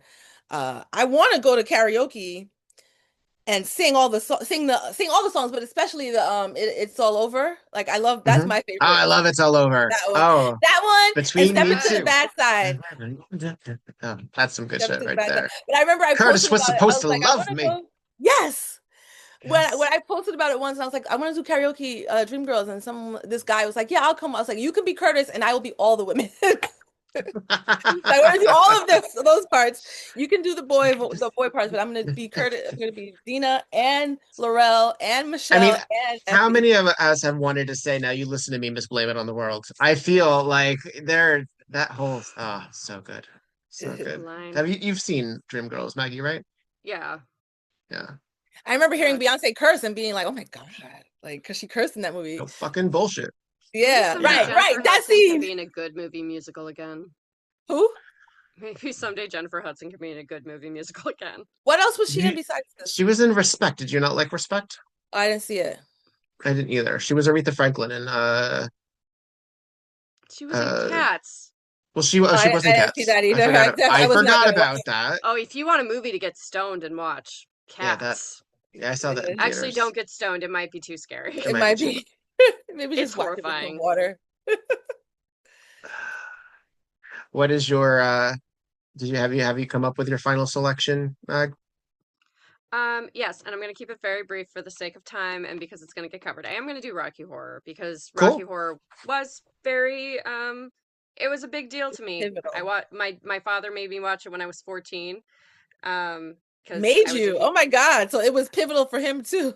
I was a huge Tim Curry fan, and he was like, and it was playing on TV, and he was like, "You're gonna sit down and you're gonna watch this," and it was like, I think we came in like when Brad and Janet were like over at the Frankenstein place, and I was like, "Why are you making me watch this movie?" And then Tim Curry came on screen, and I was like, "Oh my God!" And I was just hooked. And I think that Rocky Horror, you know, like many people below a certain age, like helped me find queerness, and I know that, yes, the movie is problematic. Richard O'Brien is problematic. Richard O'Brien is not transphobic, though. I really hate that this is muddied. Richard O'Brien is specifically trans misogynist. Their statements have been against trans women.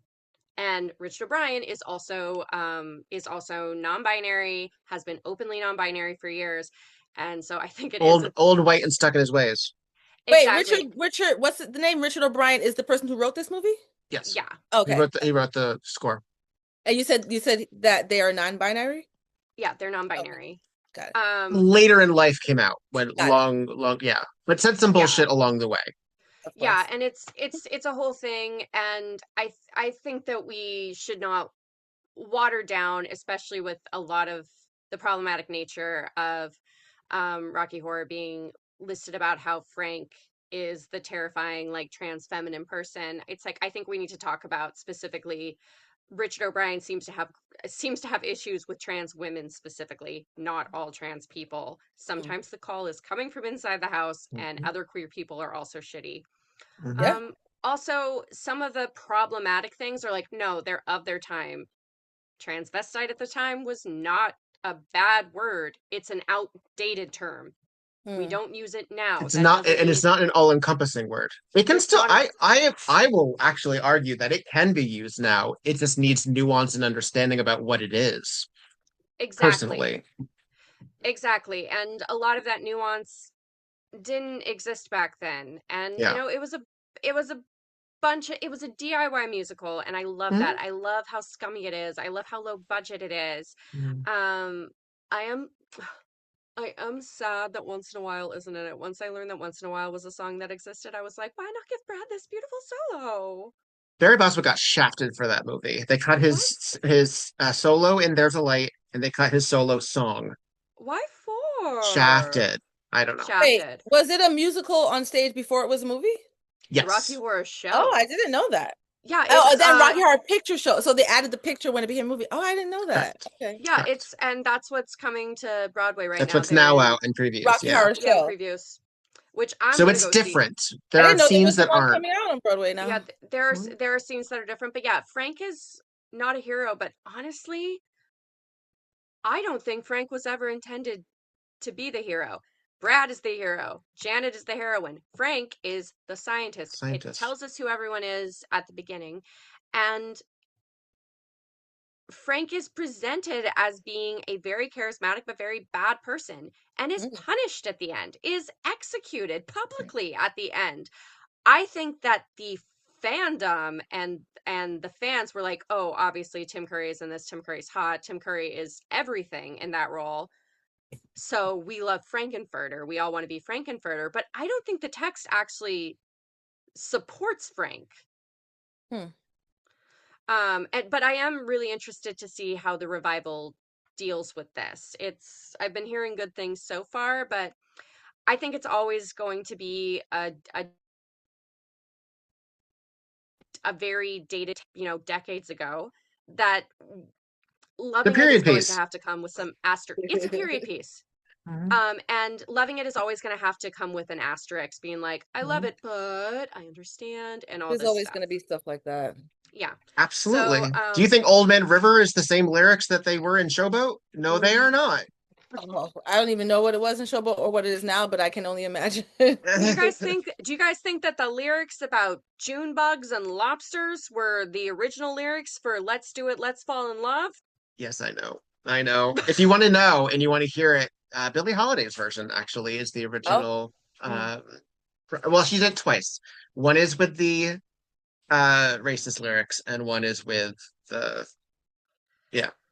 rewritten. So I know you're gonna have like way more about Rocky. I am. In fact, I'm doing the whole film for the Patreon, where you will hear all about it. So I will be hosting that. But I will say, I have never been in a Shadowcast, and I've never actually seen a Shadowcast. I have seen multiple productions of the original stage show, and I've been in that, and I've even organized the divergenizing ceremony for a production of that, but I've never been to a Shadowcast.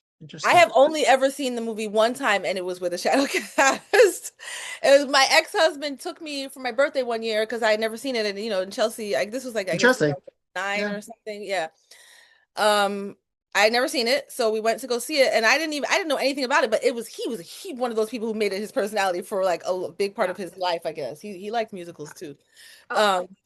And before the cast started, they had I guess for the virgins who had never seen it, which was me, they had a faking orgasm contest. On the list, December.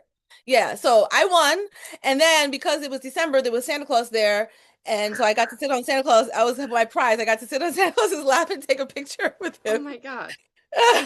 This is my 29th birthday, I think. 2009. Maybe it was my 28th birthday. You never forget your first time. Birthday. Oh, yeah. I do want to say something in regards to shadow casts. Because a lot of people get wrapped up in all the all the conversations about gender and queerness about the movie.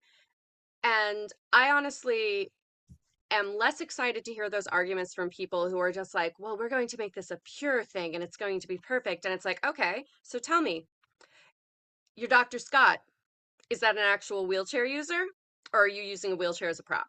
Because if it's the second thing, which it often is, I'm sort of like, I don't want you giving me speeches about morality and ethics in queer spaces. And if your Eddie has a pillow in his stomach, I don't really want to hear that either. Yeah. Eddie can be skinny. Eddie can be skinny. Eddie If that's can who be you're skinny. hired, then that's who Eddie you is was it Meatloaf? Yes. Yeah. Okay. Yeah. Yeah.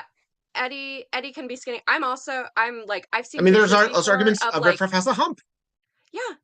Do you Yeah, want to he do does. that? Do you want to Doesn't- do that? There's discussions to be had.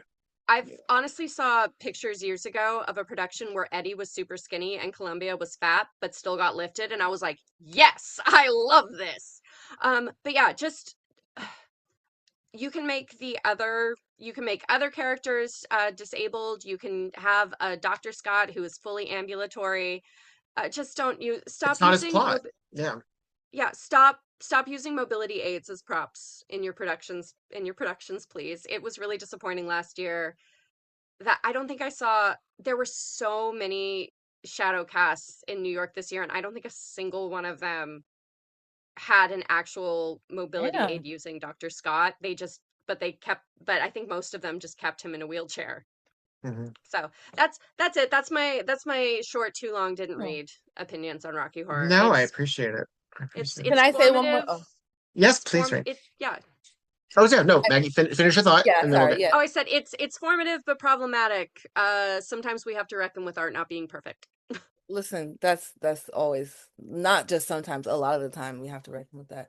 The thing I want to say is that one time, I forgot that this happened until just now when you were saying what you were saying, but I went to a wedding once. It was a gay wedding and it was a Halloween wedding, and my ex and I dressed up as Magenta and the one with no hair on the top, and I forgot what the man. Yeah, we were them for the wedding. So that's all I wanted to say. We did a Rocky Horror Picture costume for a Halloween wedding that we went to.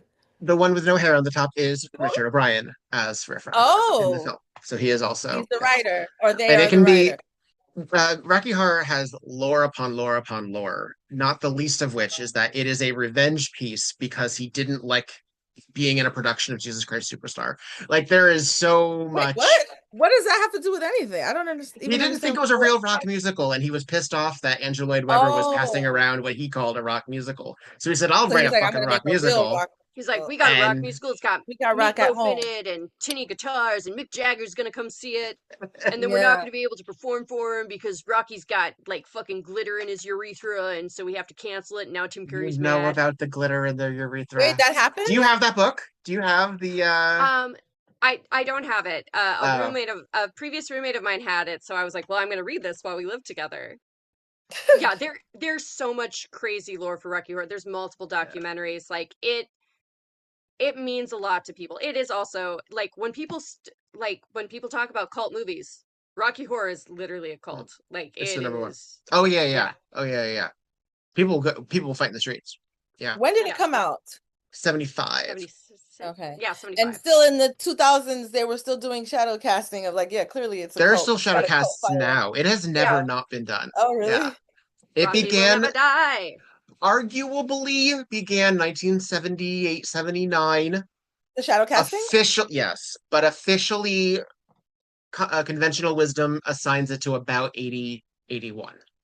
But Oh, depending on who you ask, and a lot of those people were on a lot of drugs at the time, and a lot of people won't necessarily qualify what they consider a shadow cast to be, because there were oh, people who went in costume and danced in front of the screen but not because they official. went right, Right, because it was just what they did, and it right. was midnight, and the movie people weren't paying attention. Don't Like, think And they twice. had there's a Yeah. lot good of drugs Throwing back rice. then. People, I was so confused. I was like, why are they throwing things at the screen? yeah, Like, people in the yeah, audience were throwing rice during the wedding. yeah. Keith was like, oh yeah, no, this is just what they do when we That's watch, just what you this do. movie. And a And lot it's of that is also like, like sort of based on like the 1950s Roger Corman kind of like Spectacle. spectacle of like shit that mm. you would have in the movie. Like they would have like seats that buzzed, they would have like things like Oh, like kind of like smell-o-vision. And William 4DX. Castle. Yeah, like yeah. So well, I thank you all for being a part of this. I will include in the footnotes the ways that people can keep in touch. Maggie, consider yourself on the hook for music that made we, and you're doing that Got by it. yourself, so you don't have to worry about overlapping with anybody. Yeah, Uh, just you. basically, you pick 10 songs that have to do with the life of Maggie McMuffin leading up to now, pivotal moments, traumatic bits, songs that were playing during your first dance, whatever it ends up meaning to you. Whatever you would Awesome. incorporate on that 10 track CD for your memoir. That's what I'm looking for. Maggie Uh, mixtape. Yeah. Do you know Thank I listen to my episode every once in a while? I just listened to it last week. just like Aw. to listen, you know. I do. I like to listen to myself talk about music. It's just, I like it. And so I keep everyone, I'm like, oh, I haven't listened to that in a while. Let me go download it again. Yeah, yeah. If you're curious, look up any of the episodes that have been up there. See if a friend of ours that you'd like to hear them, by all means, that you'd like to I hear. do like listening to friends talk. That's why I have this podcast. So, Yeah. thank you for being a part of this. I will be including a little bits of clips of my 5 selections, as well as a few extra bonus stuff that I'm gonna throw out there on the Patreon. I'm Okay. trying to be much more active on that side of things, and encouraging people to throw money at me. But please go to the footnotes, like, follow, subscribe, write a comment, write a review. It does help, and more importantly than an algorithm, I see it and it makes me smile. So do that for me, and be well, thrive, and I will see all of you. I don't know when. I don't know when either. Bye. Bye.